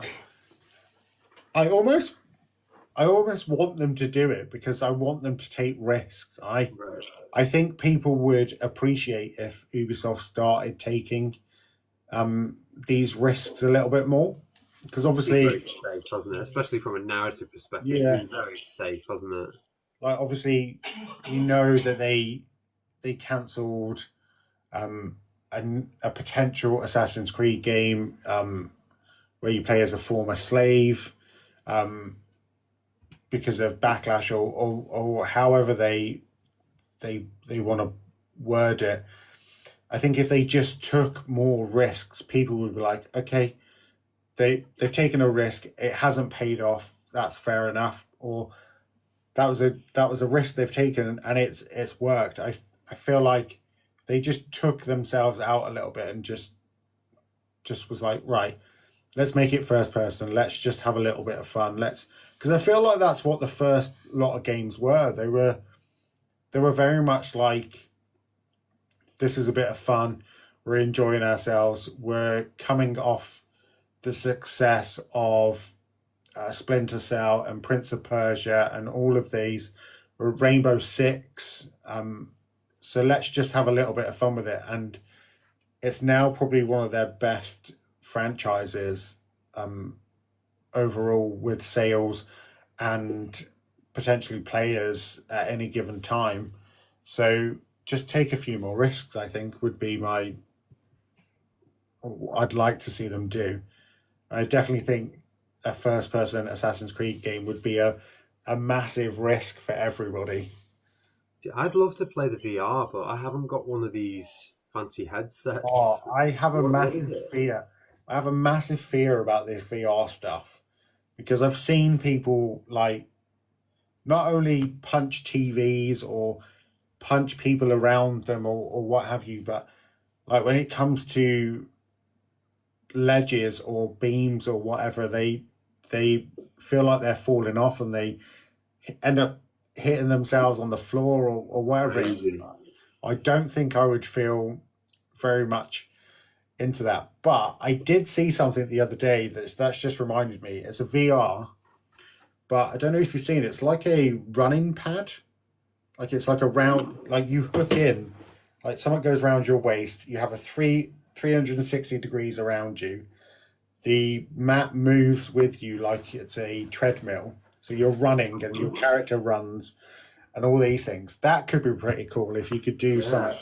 That's quite immersive, isn't it? Yeah, so I know that I'm not going to fall anywhere. I'm not going anywhere. I'm in the safe spot. Yeah. You need a big open space, really, for something like that, I think. Yeah. Just be nobody in the house that day, I think. Yeah. Just for fear of being punched in the head or what have you. But I don't know. I think if they took more risks, that might work. Maybe some more VR games, maybe. Yeah. There's only one, I believe, at the moment, isn't there? Yeah, the VR game at the minute is the one where they got all the voice actors back, isn't it? Yeah. It was like Roger Craig Smith came back as Ezio and Noah Watts came back as Connor. So that's really cool. And I don't actually know too much about it because I wasn't really involved in that. And like I say, I haven't got the platform to even consider playing Yeah. it. So the best I can do is maybe go on YouTube and watch the cutscenes, which I might actually do. Maybe we should do that. Not for the Christmas episode next week, but for like a future episode, watch the cutscenes and see what we think of like the dialogue and because how it's obviously gonna it's be. been like Yeah. 10 years since Roger did the Ezio voice, so see Yeah. how he did. I'm not actually sure on like how it came across, and I know he's a great voice actor, so I'm sure he can turn that on and off whenever he likes. But I know I've heard this discussion on the Podyssey actually that Noah Watts came back and did Connor, and it was a lot faster than in the main game for Assassin's Creed 3. So he was speaking at a different cadence, and it sort of threw Willis Makes Movies Lewis off. It was really? it sounds different. So I'm gonna have to definitely look into that, and see, we'll have to do that, James. See what we think. Yeah, no, that's definitely something I'll be looking at. And my last question before we get into pitching an Assassin's Creed game, because I have a good idea this week, I think. If someone that was asked, well, it wasn't asked, it was posted on a comment of mine on TikTok, and I decided to make a video out of it. Who is your best Assassin's Creed duo in the entire franchise? And anyone in the chat can answer this too. So duos, they need to appear in the same game. They need to be together. So yeah, who is your favorite duo? I absolutely love the relationship between Altair and Malik in Assassin's Creed 1. I think they're such a fun duo. And it starts off quite weighted because Altair goes in to the first mission in the game and exposes himself to the Templars, and in doing so he gets Malik's brother killed, and Malik loses an arm in the process, but he still manages to take back the Apple of Eden for the assassins. And this obviously leads to Altair losing his rank. He gets stabbed, and he ends up becoming a novice again. It sets the scene for Assassin's Creed 1. Yeah. But from that moment on, whenever Altair goes to a bureau, they all have a different opinion of him. And whenever he interacts with Malik, I always love the interaction. The respect has gone. He just sees him as like a cocky, he thinks he like a know-it-all, and I think it's such a great banter between the two. And I also like how it comes full circle because Altair redeems himself by taking down the targets and then obviously realizing the evil that is within the Assassin Brotherhood at the end. But there's the repeated line, isn't there? Safety and peace, brother. And then Malik says something like, your presence here deprives me of both. And then at the end, he says, your presence here will deliver us both. And it's like, oh, that's so good. I just love that relationship between the two where he's like, yes, I did hear you killed the target. In fact, the whole city heard. Yeah. It's just so great. That is a good choice. It's not one I would have picked. I would have been very basic in my choice. But I had a lot thrown out to me that we had a couple of Arnos and Elsie's. Elise, sorry. We had quite just really random ones, really. We had Bayek and Aya. For me, and I think for most people, it generally is. It has to be Ezio and Leonardo, I think. Okay, yeah. That's a good one. That's a really good one, actually. I think because out of all of them, that's the one that gets. It's like a true bromance for their entire interaction. At no point is one scene better as the other. They're both equals when they're around each other, and I quite like that. And I always feel like without Leonardo, Ezio probably would have either given up or died at some point. But on the flip side of that, without Ezio, I think Leonardo would have just faded into the background somewhere. So I feel like they aid each other really well, and I think it's that typical bromance that lasts for a lifetime, I think. That's a good choice. I like that relationship between the two of them, and I also like how Ezio doesn't discriminate against him at any point, because there are points within where it's sort of hinted that Leonardo's different, and of course this is like relating to his sexuality, and I think Ezio's mum mentions it, and it's also hinted at, and at the time, like that might have been seen as like a very controversial thing, and it was very hidden, especially in somewhere that is incredibly religious. So Ezio just sees him for like his talent and his worth in terms of like, I don't know, it's just like a nice friendship that develops, isn't it? And he's never like he never like judges him, and the same for Leonardo as well. Like he knows he's going to go on to commit these acts, and he's sort of like very supportive, and he's the friend we all need. Yeah, it's like that. It's like he knows he knows Ezio's going to do something that will be perceived by many as a bad thing, but he supports his friend through it no end. It doesn't matter. So yeah, I think for me that would be the best, but I'd love to hear what anyone else in the comments says. And if you're listening to this on YouTube or Spotify, don't forget to leave comments on anything, and we will see them and we'll interact with them, or we'll discuss them on next episodes. But we now come on to the bit that we all enjoy. It is now the pitching of an Assassin's Creed game, and I'm going to go a bit rogue on this one. So I'm going to say the Byzantine Empire.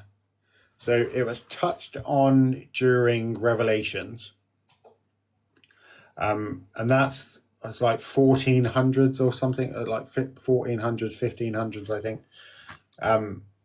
So for this game, in AC law, they are Templars. They have nobles, generals, and officials tied to the order. The game has to take place before Ezio came to Constantinople. I think that's important. So I reckon around the 10th or 12th century, I think would work really well. They're kind of at their height of power at this point. Constantinople is at this time is huge. It's rich. It's very multicultural. It's politically unstable, so it makes for a great setting. As we know, it's already been a setting once already, so it would work really well. And to see a setting before we've already seen it, I think would work really well as well. Like if in the Netflix series they go to because it's ancient Rome, isn't it? They're doing like supposedly, so it could be we're going to get to see Rome in a different light. We're going to get to see Italy in a different way if that's how they do it. So I think it would be really nice to see Constantinople in a different way. I think for protagonist wise, I want to go for a Greek commoner that's recruited by the Brotherhood. I think that would work really well. The story doesn't need to be anything about defeating the Empire. I think it just needs to be about weakening Templar control in the area, so that by the time Ezio comes, we're still not quite there. So something's happened and we're not quite there yet. So I think that would be a good thing too. Piece of Eden, I'm thinking possibly something called the Band of Michael might work really well. It could be a holy imperial relic that can manipulate crowds of people. With gameplay focuses would be stealth, infiltration, underground tunnels, safe houses, and limited access to Greek fire. Now, I saw Greek fire and I needed to. So, Greek fire was a devastating secret incendiary weapon used by the Byzantine Empire from the 7th century to the 14th century, known for its ability to burn on top of water, making it crucial in naval battles, especially for defending Constantinople. So, I don't know if you ever saw Game of Thrones. Yeah, I'm thinking wildfire. Yeah, so it would be kind of like wildfire, really. That's cool, yeah. So I think that would work really well. I think the ending would have to set up Templar families that Ezio later encounters. So that would be a good way to tie in these two stories. And this is something we talked about a long time ago in the first few episodes, is that I don't necessarily want new stories. Just give me not necessarily further in time with a different, maybe go back in time a little bit and be like, right, while Desmond's doing this or something else is being done, maybe there's another splinter group off somewhere else. And so before Desmond does his thing as Ezio in Revelations, there's someone else already gone back to try and alleviate some of the stress and the troubles. So potentially you could even say that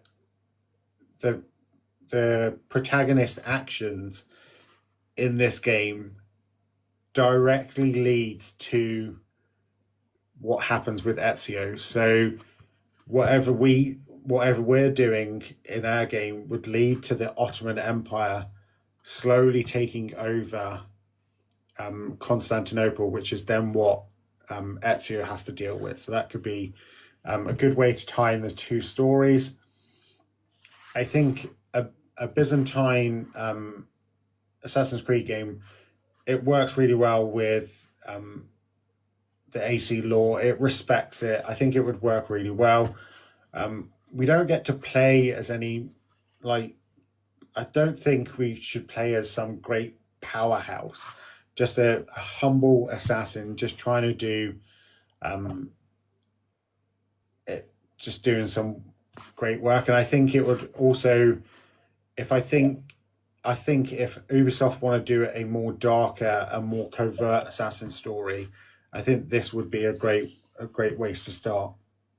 That's a really good pitch, James. You've put a lot of thought into that. I really thought it's a great job. Yeah. You've really done some research on this one, and I've just googled Greek fire, and they used to call it the secret super weapon of the Byzantine Empire, which is really cool. And if you guys Google it, there's just tons of pictures of like boats on fire, ships, like James said, on top of the water, and like ships on fire. And apparently, it defeated the Rus twice, who were like the Russian Vikings. Oh, okay. I don't know if you guys have seen the Vikings TV show, but that's got the Rus in it. So that's really cool to see, because they were really like brutal warriors. So literally an artist's impression of what it could have looked like, and all the ships are just burning. So yeah, absolutely brutal. I'm off topic here.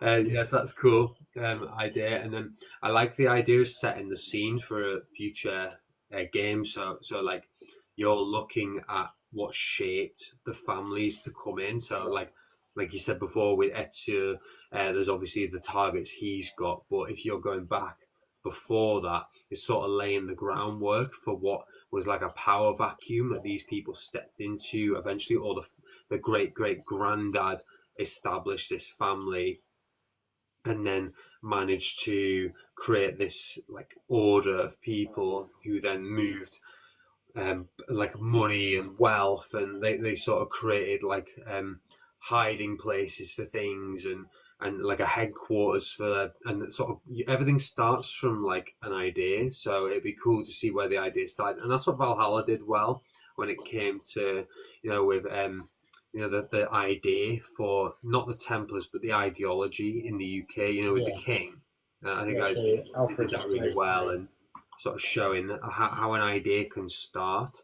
And I think that could be really cool to see, like different time periods in the same place, a bit like Google Street View. You know, where you can look at a place in like 2018 and then you can scroll it back to 2016 yeah, and you're looking at the same place but in a different moment in history. yeah. And that's what Assassin's Creed is all about, isn't it? It's about jumping in and out of history. So yeah, I like that one, James.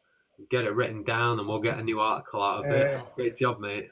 I've also still writing the gunpowder one as well, so that can go on the list. But yeah, I think it works. It would work really well because obviously we know what happens in Revelations, but the same way we don't know what happens between Brotherhood and Revelations with Ezio, we also don't understand why Constantinople is put in this position.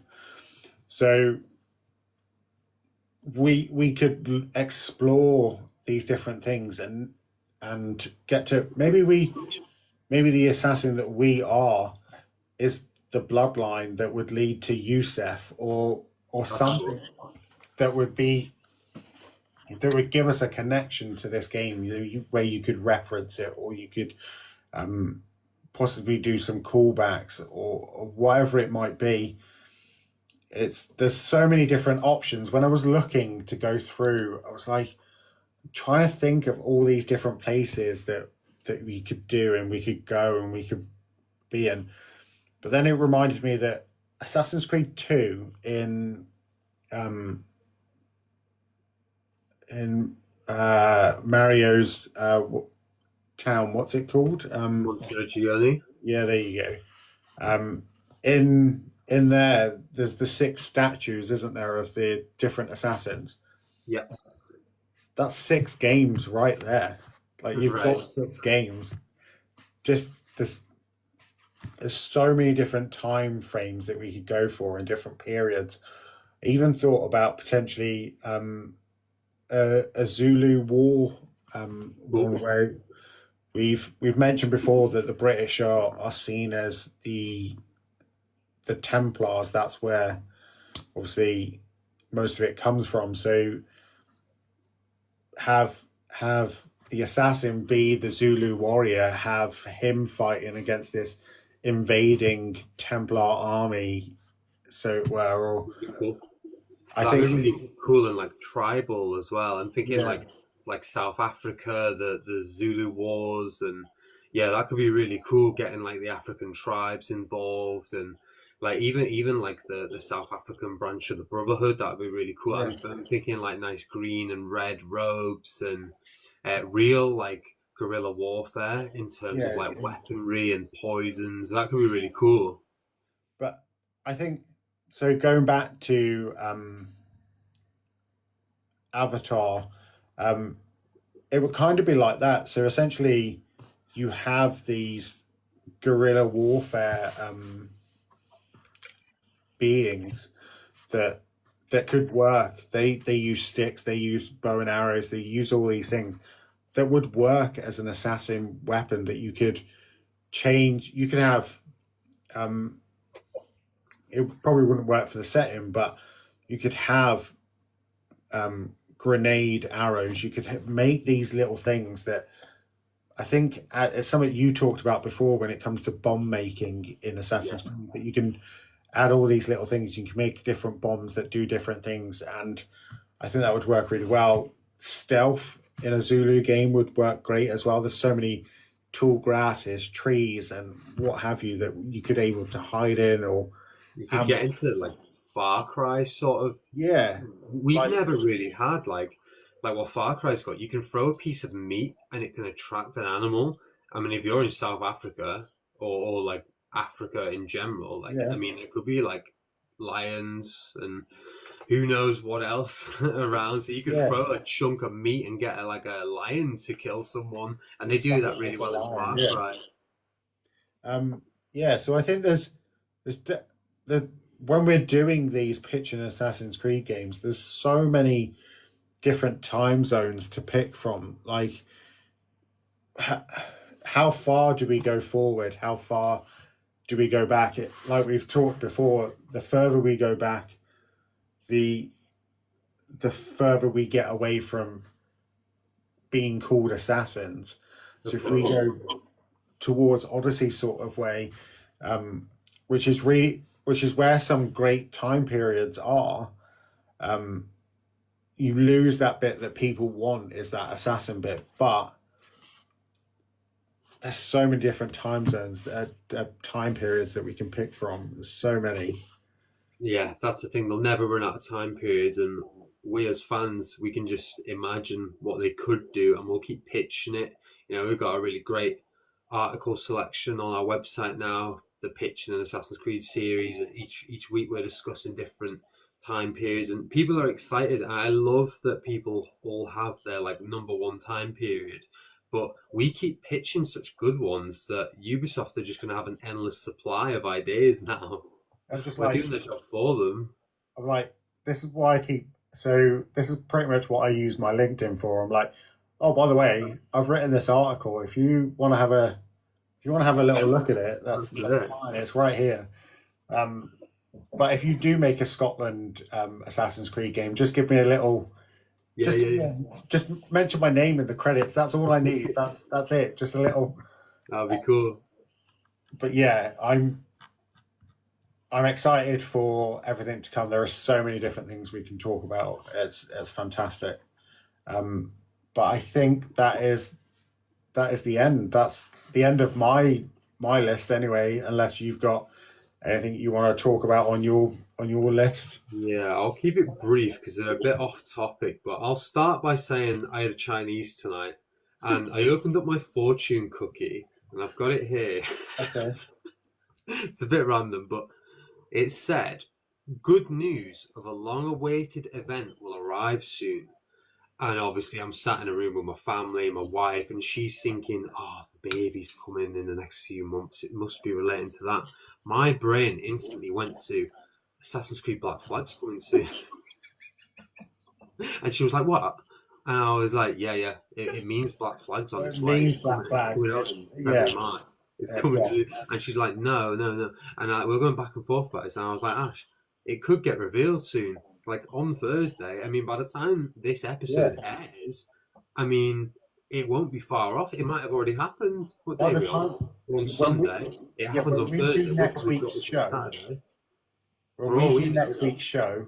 Yeah. It might be already been shown, so it's something we could talk about. Absolutely. Oh, I hope so. Fingers crossed. Are you watching it and staying up for it? Because it's 12:30 our time. Like AM past midnight. It's really difficult because I'm at work on the Friday morning. How are you? But potentially I could stay awake, and if I have enough coffee, I think I might be okay. I've just checked my calendar. I'm not until 12:30 the next day, so even if it finishes at like 2 a.m, still get like 6 hours before I even have to consider getting up to take my little boy to nursery. So it's possible, and I know Zephyrus will be up. He's based in India, but he doesn't sleep. He's really great at cooking. Now that you just mentioned that fortune cookie, I have no other questions planned, but I have what would you do if Black Flag was announced on Thursday with its release date, and its release date was the same day that your little one was being born? That would be hilarious. Like that's you. So for me, it's the 16th of March, and it's entirely possible because it comes within the Q4 financial trade.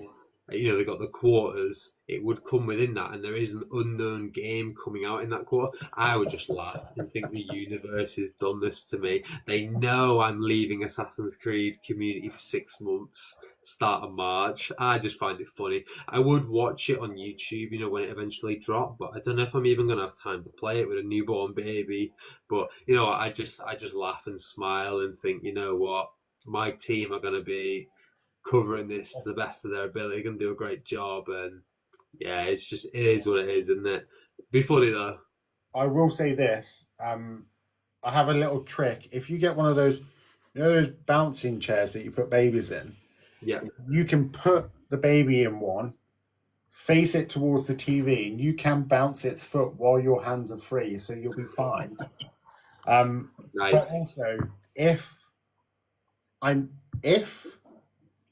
Black Flag gets announced on Thursday, I will be messaging Rick Bower to get him back on this show. Yeah. Because when we had this conversation, I want to know if he knew this was coming. That would be my, I need to know. He played it very cool, didn't he? He did play it very cool. And did you see his recent Instagram post with him? Yeah, I think underwater with the shark, head. And then Assassin's Creed Black Flag, almost like a cover.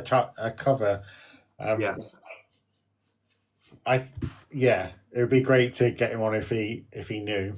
Yeah, it's cool as well because we know the real story behind how he nearly drowned during that. Yeah. Like we would never have that if we hadn't set up the podcast. I nearly commented saying, "Guys, if you want to," but it's not. I didn't really want to be like, "Come this way, guys." A little plug, yeah, a little plug. But yeah, it's cool to see that, and he's really playing into it, and he's loving it, and it's great promotion for his work as well because he's really talented. But yeah, 100% great idea to get Rick back on if that is the case. And I don't think he has any inside knowledge on it. And I think he'd have been bursting on stream if he did. He'd have been really struggling to answer some of your questions because he was so direct and honest and stuff. There was a question in my list to talk about the Black Flag remake. But when I sent him the questions, he told me I couldn't ask that particular question. I had to change it to be almost like, what would you like to see in the in the remake? I couldn't directly ask him the question. So I feel like there's something there. Interesting. That would be really good. Yeah, for sure. Get him back on. That'd be cool. I've got more unrelated, not Assassin's Creed stories. Go for it. Well, this one sort of is. You guys have probably noticed my Mentors Guild Christmas jumper. Let me see if I can show you properly.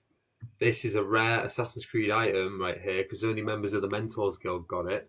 And I can tell you for a fact that when they released this, the UK was sent them from France and there was a shipping problem. So all the UK didn't get these Christmas jumpers until Easter. What?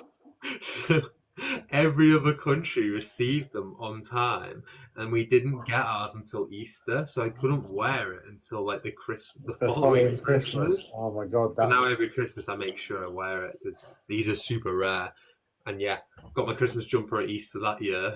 And that was 2020, I want to say. Oh, wow. So that is a nice, unrelated Assassin's Creed story, I guess. But yeah, I was going to wear this for next week's episode, which is obviously the Christmas gift one. But I'm just going to go all out next week. I'm going to be dressed as a Christmas tree in my nice green jumper, I reckon. Nicola has brought me 2 Christmas tops. I can wear one of them. So I'll be wearing that. I will wear the Christmas hat again. Nice. But other than that, might get a bit of tinsel to hang on the mic. Yeah. I mean, I've got a bit of background today. I've got some stockings in the background. Obviously, Spotify users, I'll audio describe this to you. There's a green stocking with a C on for Carl. There's a paw print stocking with a paw print on for my cat. And there's a J for my little boy, Jorah. So that's what's going on behind me. But it's funny, though, because for the Halloween episode, I added loads of spooky pumpkins and that to my notice board. No one noticed. Yeah, I did not know. No one noticed. And I painstakingly pinned all these nice pumpkins around the team members so no one's face would be covered. And no one noticed. No one caught it on it or anything. So maybe I'll put some tinsel up, maybe I won't. People won't notice. Well, Nicola's just said that I'm not allowed tinsel in the house, which is perfectly okay with me. Because I'm not a massive tinsel fan. Do you remember those horrible, because we're about the same age, so do you remember, did your parents ever have those horrible metallic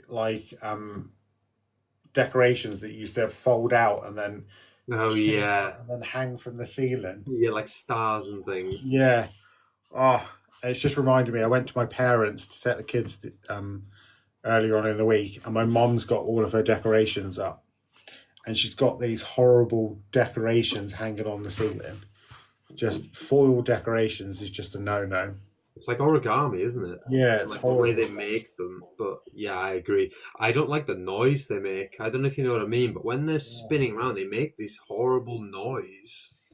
It was really bad. My mum had these ones that like folded out into, so they were flat and then fold out into a star or a bell or something or whatever. But then she'd have these horrible ones that would stretch out and they would go from corner to corner of the room. I just thought, oh my god, this is so bad. Literally looks like in my parents' house. It literally looks like Father Christmas has puked up in my parents' house. Just white everywhere and these horrible, colourful, yeah. Yeah, I feel like everyone does Christmas differently now. So some people have got it like down to a T. They've got really beautiful Christmas trees up. Some people have really modern ones, like minimal, and then other people are just like, yeah, it's the 90s, and we're just gonna have a bit of everything. Throw some colour there, have some white there, and yeah, great comment there from Nikki. An explosion at the tinsel factory. Yeah, it's Yeah, my mom still thinks it's the 80s and 90s, I'm sure. We do minimalistic, but we have a particular style. So everything is very natural. So browns, greens, no outlandish, garish colours. You know what? What we'll do next week, I'll send you a photo of my tree, and you can send me a photo of yours, and we can critique our trees for next year, so we can get better. 'Cause I know you had a lot of involvement in the creation of yours. I didn't have a lot in mine. I mean, I put baubles on, and I was told to remove them. Yeah, so I'm very particular when it comes to the Christmas tree. So certain baubles have to go in certain places on the tree. There's no tinsel, there's no sparkly bits on it. And we've got some really nice baubles.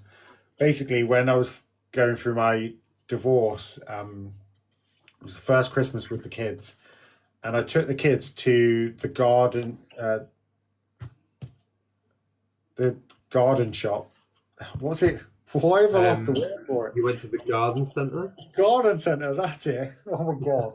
So I went to the garden centre with the kids, and we picked out a tree. I was like, right, you guys can pick out any baubles you want and we'll get them. So we went around this garden centre, we picked up loads of baubles. They were really nice ones. And I was like, okay, got to the checkout, was about to pay, and she scanned it through and she was like, yeah, that's it's like £150 just for the baubles. I was like, what? That's crazy. I was like, but I told the kids that we could have these baubles, so I had to spend £150 on these baubles. I could not put them back. That's crazy. And now I'm like, these baubles were really expensive. Nothing else can go on this Christmas tree at all. These baubles have to take center stage, so I make sure that they're all in the right place. Wow. Yeah. Your tree's worth some money there.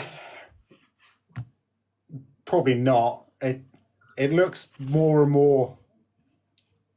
It looks barer and barer every year, because I'm pretty sure there's baubles that get broken. Yeah, every year you lose a few, don't you? Especially putting them back in the loft. Yeah, or stuff gets lost. Yeah, and then when you've got cats climbing in your tree as well, knocking baubles off. Yeah, I can only. But yeah, I'm not a massive Christmas fan, but sorting the Christmas tree out is my favourite part of the year.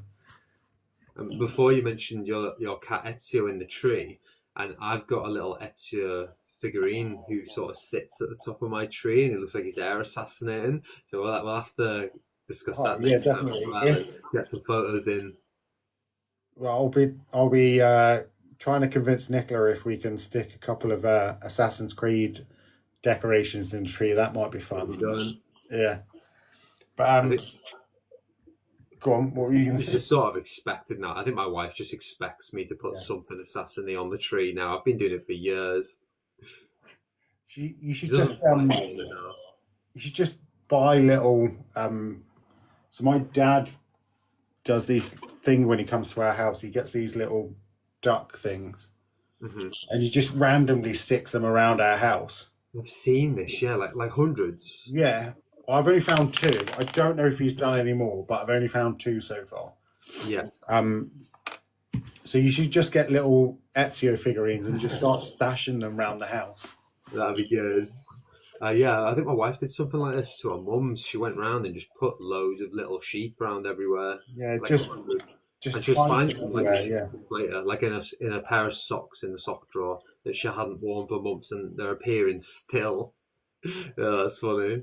Yeah, I think I remember seeing someone that was like told their kids that there was 100 of them around the house, and if they find all 100 of them, they get $100 or whatever it was. And now people just hide them. My dad comes over and he's like, you just end up finding one appear from nowhere, and you're like, I'm pretty sure there's others around this house somewhere.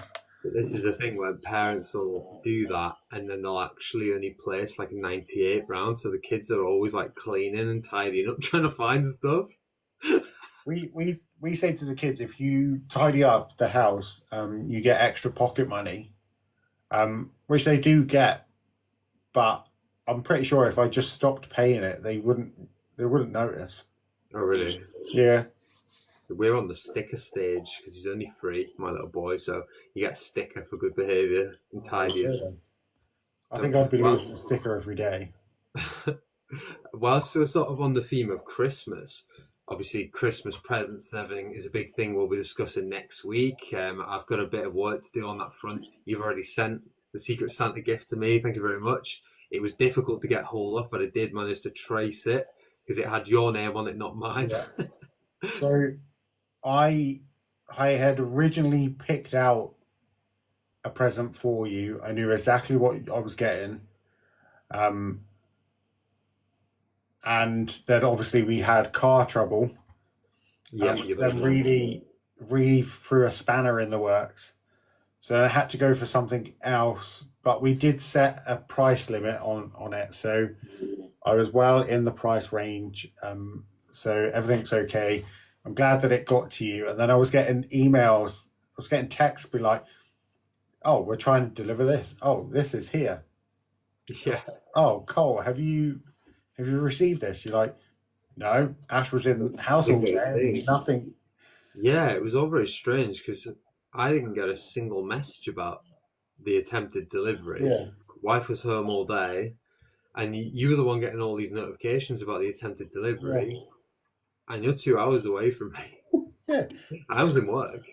So yeah, it was all very strange. I went to the store in the end.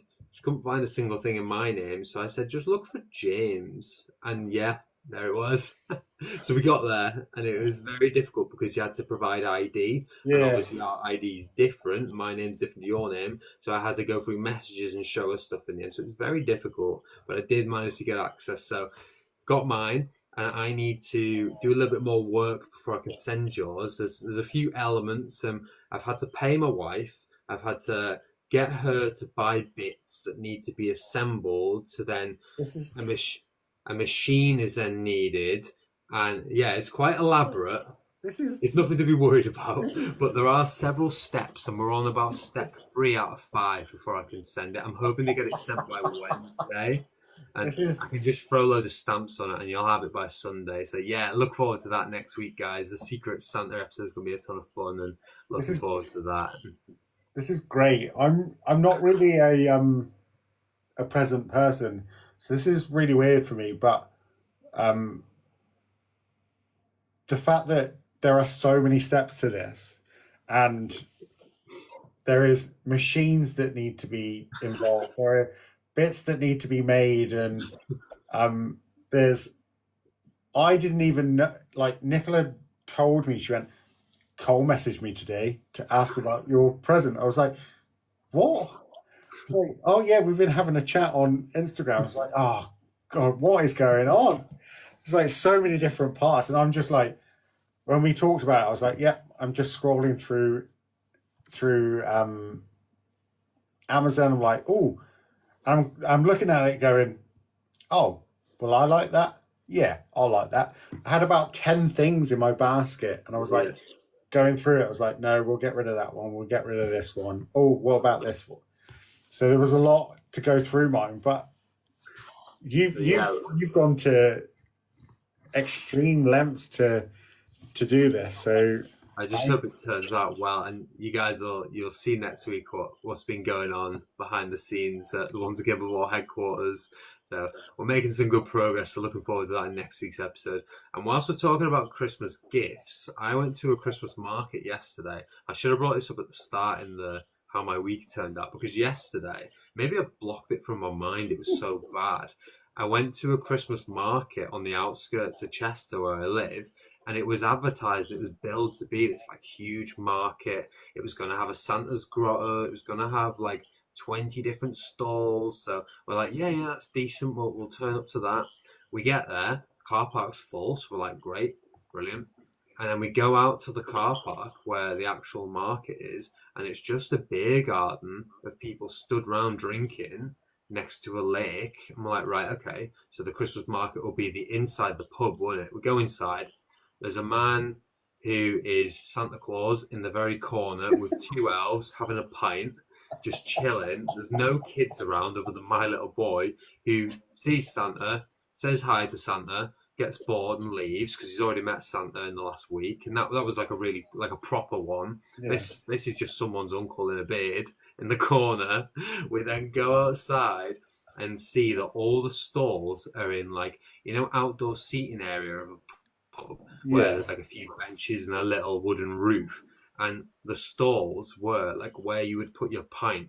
They've got like 5 or 6 like things, and it was like handmade bracelets. So like I mainly buy for like males, and like everything there was like skincare and stuff, and none of it looked very good, to be honest. Like it all just looked like someone had made them in their back garden, like rubbish. So like there's nothing I'd actually buy. So we looked round, looked at each other and went, bail. And she was like, yeah, time to go. So we're like, right, but we're both hungry because obviously it was billed to have all this food and drink. There was a coffee stand, and then I noticed there's a burger van. So we're like, right, you know what? Before we go, we'll get some chips. They can't mess that up, can they? Right? So we're like, we'll get some chips, and then we'll get some burgers for tea later on, right? So I go and order some chips, and it's literally chips, gravy, and cheese. I'm like, this won't take long, surely. You go for a walk around the lake. So I send her off for a little wander while food's being prepared. And then wait 20 minutes, and they come up to me and they say, oh, we're really sorry, we've run out of gas. And I'm like, right, okay. And they're like, yeah. Do you want your money back? And I was like, oh, I'm not sure. Is it going to be a long time? And she's like, oh, it could be. Yeah, there's just no gas left in the canister. And I was like, right, okay, I'll wait another 10, 15 minutes and see how you get on. Because I'm in no rush. It's my day off. I'm just there scrolling Twitter anyhow. Ash is in the car with Joe at this point. They've done their walk. They're done. So in the end, I wait another 10 minutes maybe. So at this point, I've waited about half an hour. And the lady's coming up to me again. She's like, are you sure you don't want a refund? And Ash is texting me saying, these best be the best effing chips I've ever had in my life. I'm like, oh god, she's getting hangry. So in the end, I just take the refund and leave. And then we went to where I work on the park. It's like a big shopping park where there's like a really great food stall. So we went there and got food instead. But it was just like, this is like a, I don't know what you call it, like a very terrible attempt at Christmas in this pub, and it was just awful. So I was like, next time I have a day off, I hope my Christmas experience is better, because we do try to go to a lot of like markets and indoor things, and like like church stores, and they were like pitching it as like, oh, there's a tombola, there's this, there's that, and there was none of it. There was none of it. I didn't even get a go on a tombola because there wasn't one, and I love a tombola. There's all these things there was apparently going to be, and there just wasn't. So yeah, That was like, I'm glad it wasn't Christmas Day and I'd turned up to this, because honestly, the Christmas spirit would have left me so quick. It's depleted from the body, yeah. So in the end, we went home and watched Polar Express, which I wanted to get your take on, and obviously not Assassin's Creed related, but just to wrap up one of our Christmas episodes. What do you think of Polar Express, and how do you interpret it? Because I've got my own opinion on it. So what do you think? The fact that I don't know. I don't remember much of Polar Express, if I'm honest. It's not really. I'm probably like an anti Christmas, so I'm very much the Grinch in this house. So Christmas films are not really for me. But that being said, I do remember a little bit about Polar Express. And the fact that you've asked me how I interpret it, I'm feeling like it's that the train is a vessel to the afterlife. That's how I... That's heavy. Do you know what I mean? Like, it's picking these children up on the way. Yeah. Wow. Like... I like it though. Like Tom Hanks's character changes several different times. Yeah. Obviously, Father Christmas being the end goal. So I feel like that's subconsciously that's maybe what I think about it, but I'm not. I rate that. I actually like that analysis, because that's like mind blowing. I'd never thought of it like that. So you guys, I'm sure you're watching it over the festive period, so let us know in the comments what you think of James's take on it. That is hilarious. I was going to say, I think all the characters you meet along the way are just like incarnations of Father Christmas. So the idea of like, he sees you when you're sleeping, he knows when you're awake. So like the homeless man on the train is actually like Father Christmas in disguise. The conductor is actually Father Christmas, and he's just like keeping an eye on the children in different forms, and he can like shape shift. So because he's all knowing, I just feel like he's always got his eye on things. So that's how I took it. But okay. I really like your take on it, by the way. I think that's great. That's not where my brain went with it, but I think that's great. So yeah, guys, let us know in the comment how you perceive that film, and yeah, if you've got any comments you'd like to leave about any of our discussions today, like James said earlier, we'd be happy to get into them. But yeah, well, we've gone for what, 2 hours, 20 minutes? Yeah. You're lucky I never actually mentioned my dad joke on this, guys. I was going to stand for a good chunk of this episode because I'm the standing guest, so that was going to be my terrible dad joke. But I've got work tomorrow. My legs would have been killing by the end of it. To just wrap it off, I am intrigued now to know what your favourite Christmas film is. Favourite Christmas film? Oh, that's a tough one. Maybe Home Alone. I think Home Alone's great. That's a classic. Can't go wrong with that. I actually really like Snowman as well. I think that's lovely. Yeah. Yeah, I think that's nice. A lot of people would say Die Hard right now to get like a reaction from people, but I'm not going to be that person. Yeah, let's say the Snowman and Home Alone. I think they're really nice. How about you? You're not really a Christmas fan, but I'm not a Christmas fan, but we do have Christmas films that we watch every year, and they are some of my favourites. So we watch The Grinch. yeah. Obviously, Jim Carrey as the Grinch is just absolutely fantastic. Yeah. And Christmas, this one's a bit rogue from what I hear, but A Nightmare Before Christmas is... Oh yeah, we watched that at Halloween. A lot of people say it's a Halloween film, but I'm convinced it's a dual film, so I think it works. Yeah. And our number one Christmas film is A Muppet's Christmas Carol. Oh, what a great choice. I absolutely love that film. Great selection. We love A Muppet's Christmas Carol, so that's one of Incredible. That's our go-to. So yeah, that's a great one. I think that is the end of our show. Thank you for everyone for listening. Cole, thank you for being our standing guest. It's been great. The fact that we didn't know this was happening until like 5 o'clock or whatever it was, that I think we've managed to have a good episode. There was a lot we got through, and there was a lot going on. So yeah, lots happened in the last week. So yeah, I didn't even need like a plan really. I was just happy to jump on, and it's always great to chat. Yeah, I like it when it's like this. Like we had a plan, but we also went off the plan a little bit, and I think it works really well. And I think it works for us and the listeners that we get to interact with. So yeah, thank you guys for listening. If you are listening on Spotify or seeing clips on TikTok, or you're listening on YouTube, do leave comments, do interact with it, and myself or Cole or any member of the team will interact with it, and then we can discuss it there with you, or we can bring it on to future episodes. There's a lot going on. So next week we've got the Game Awards going on, so that's something we will definitely be talking about on next week's Christmas special. If the Black Flag remake is announced, that we'll be talking about that. So there's a lot we need to talk about, and there's a lot to get through. So I will see you all next week, and thank you, everybody. See you guys. Thanks for listening.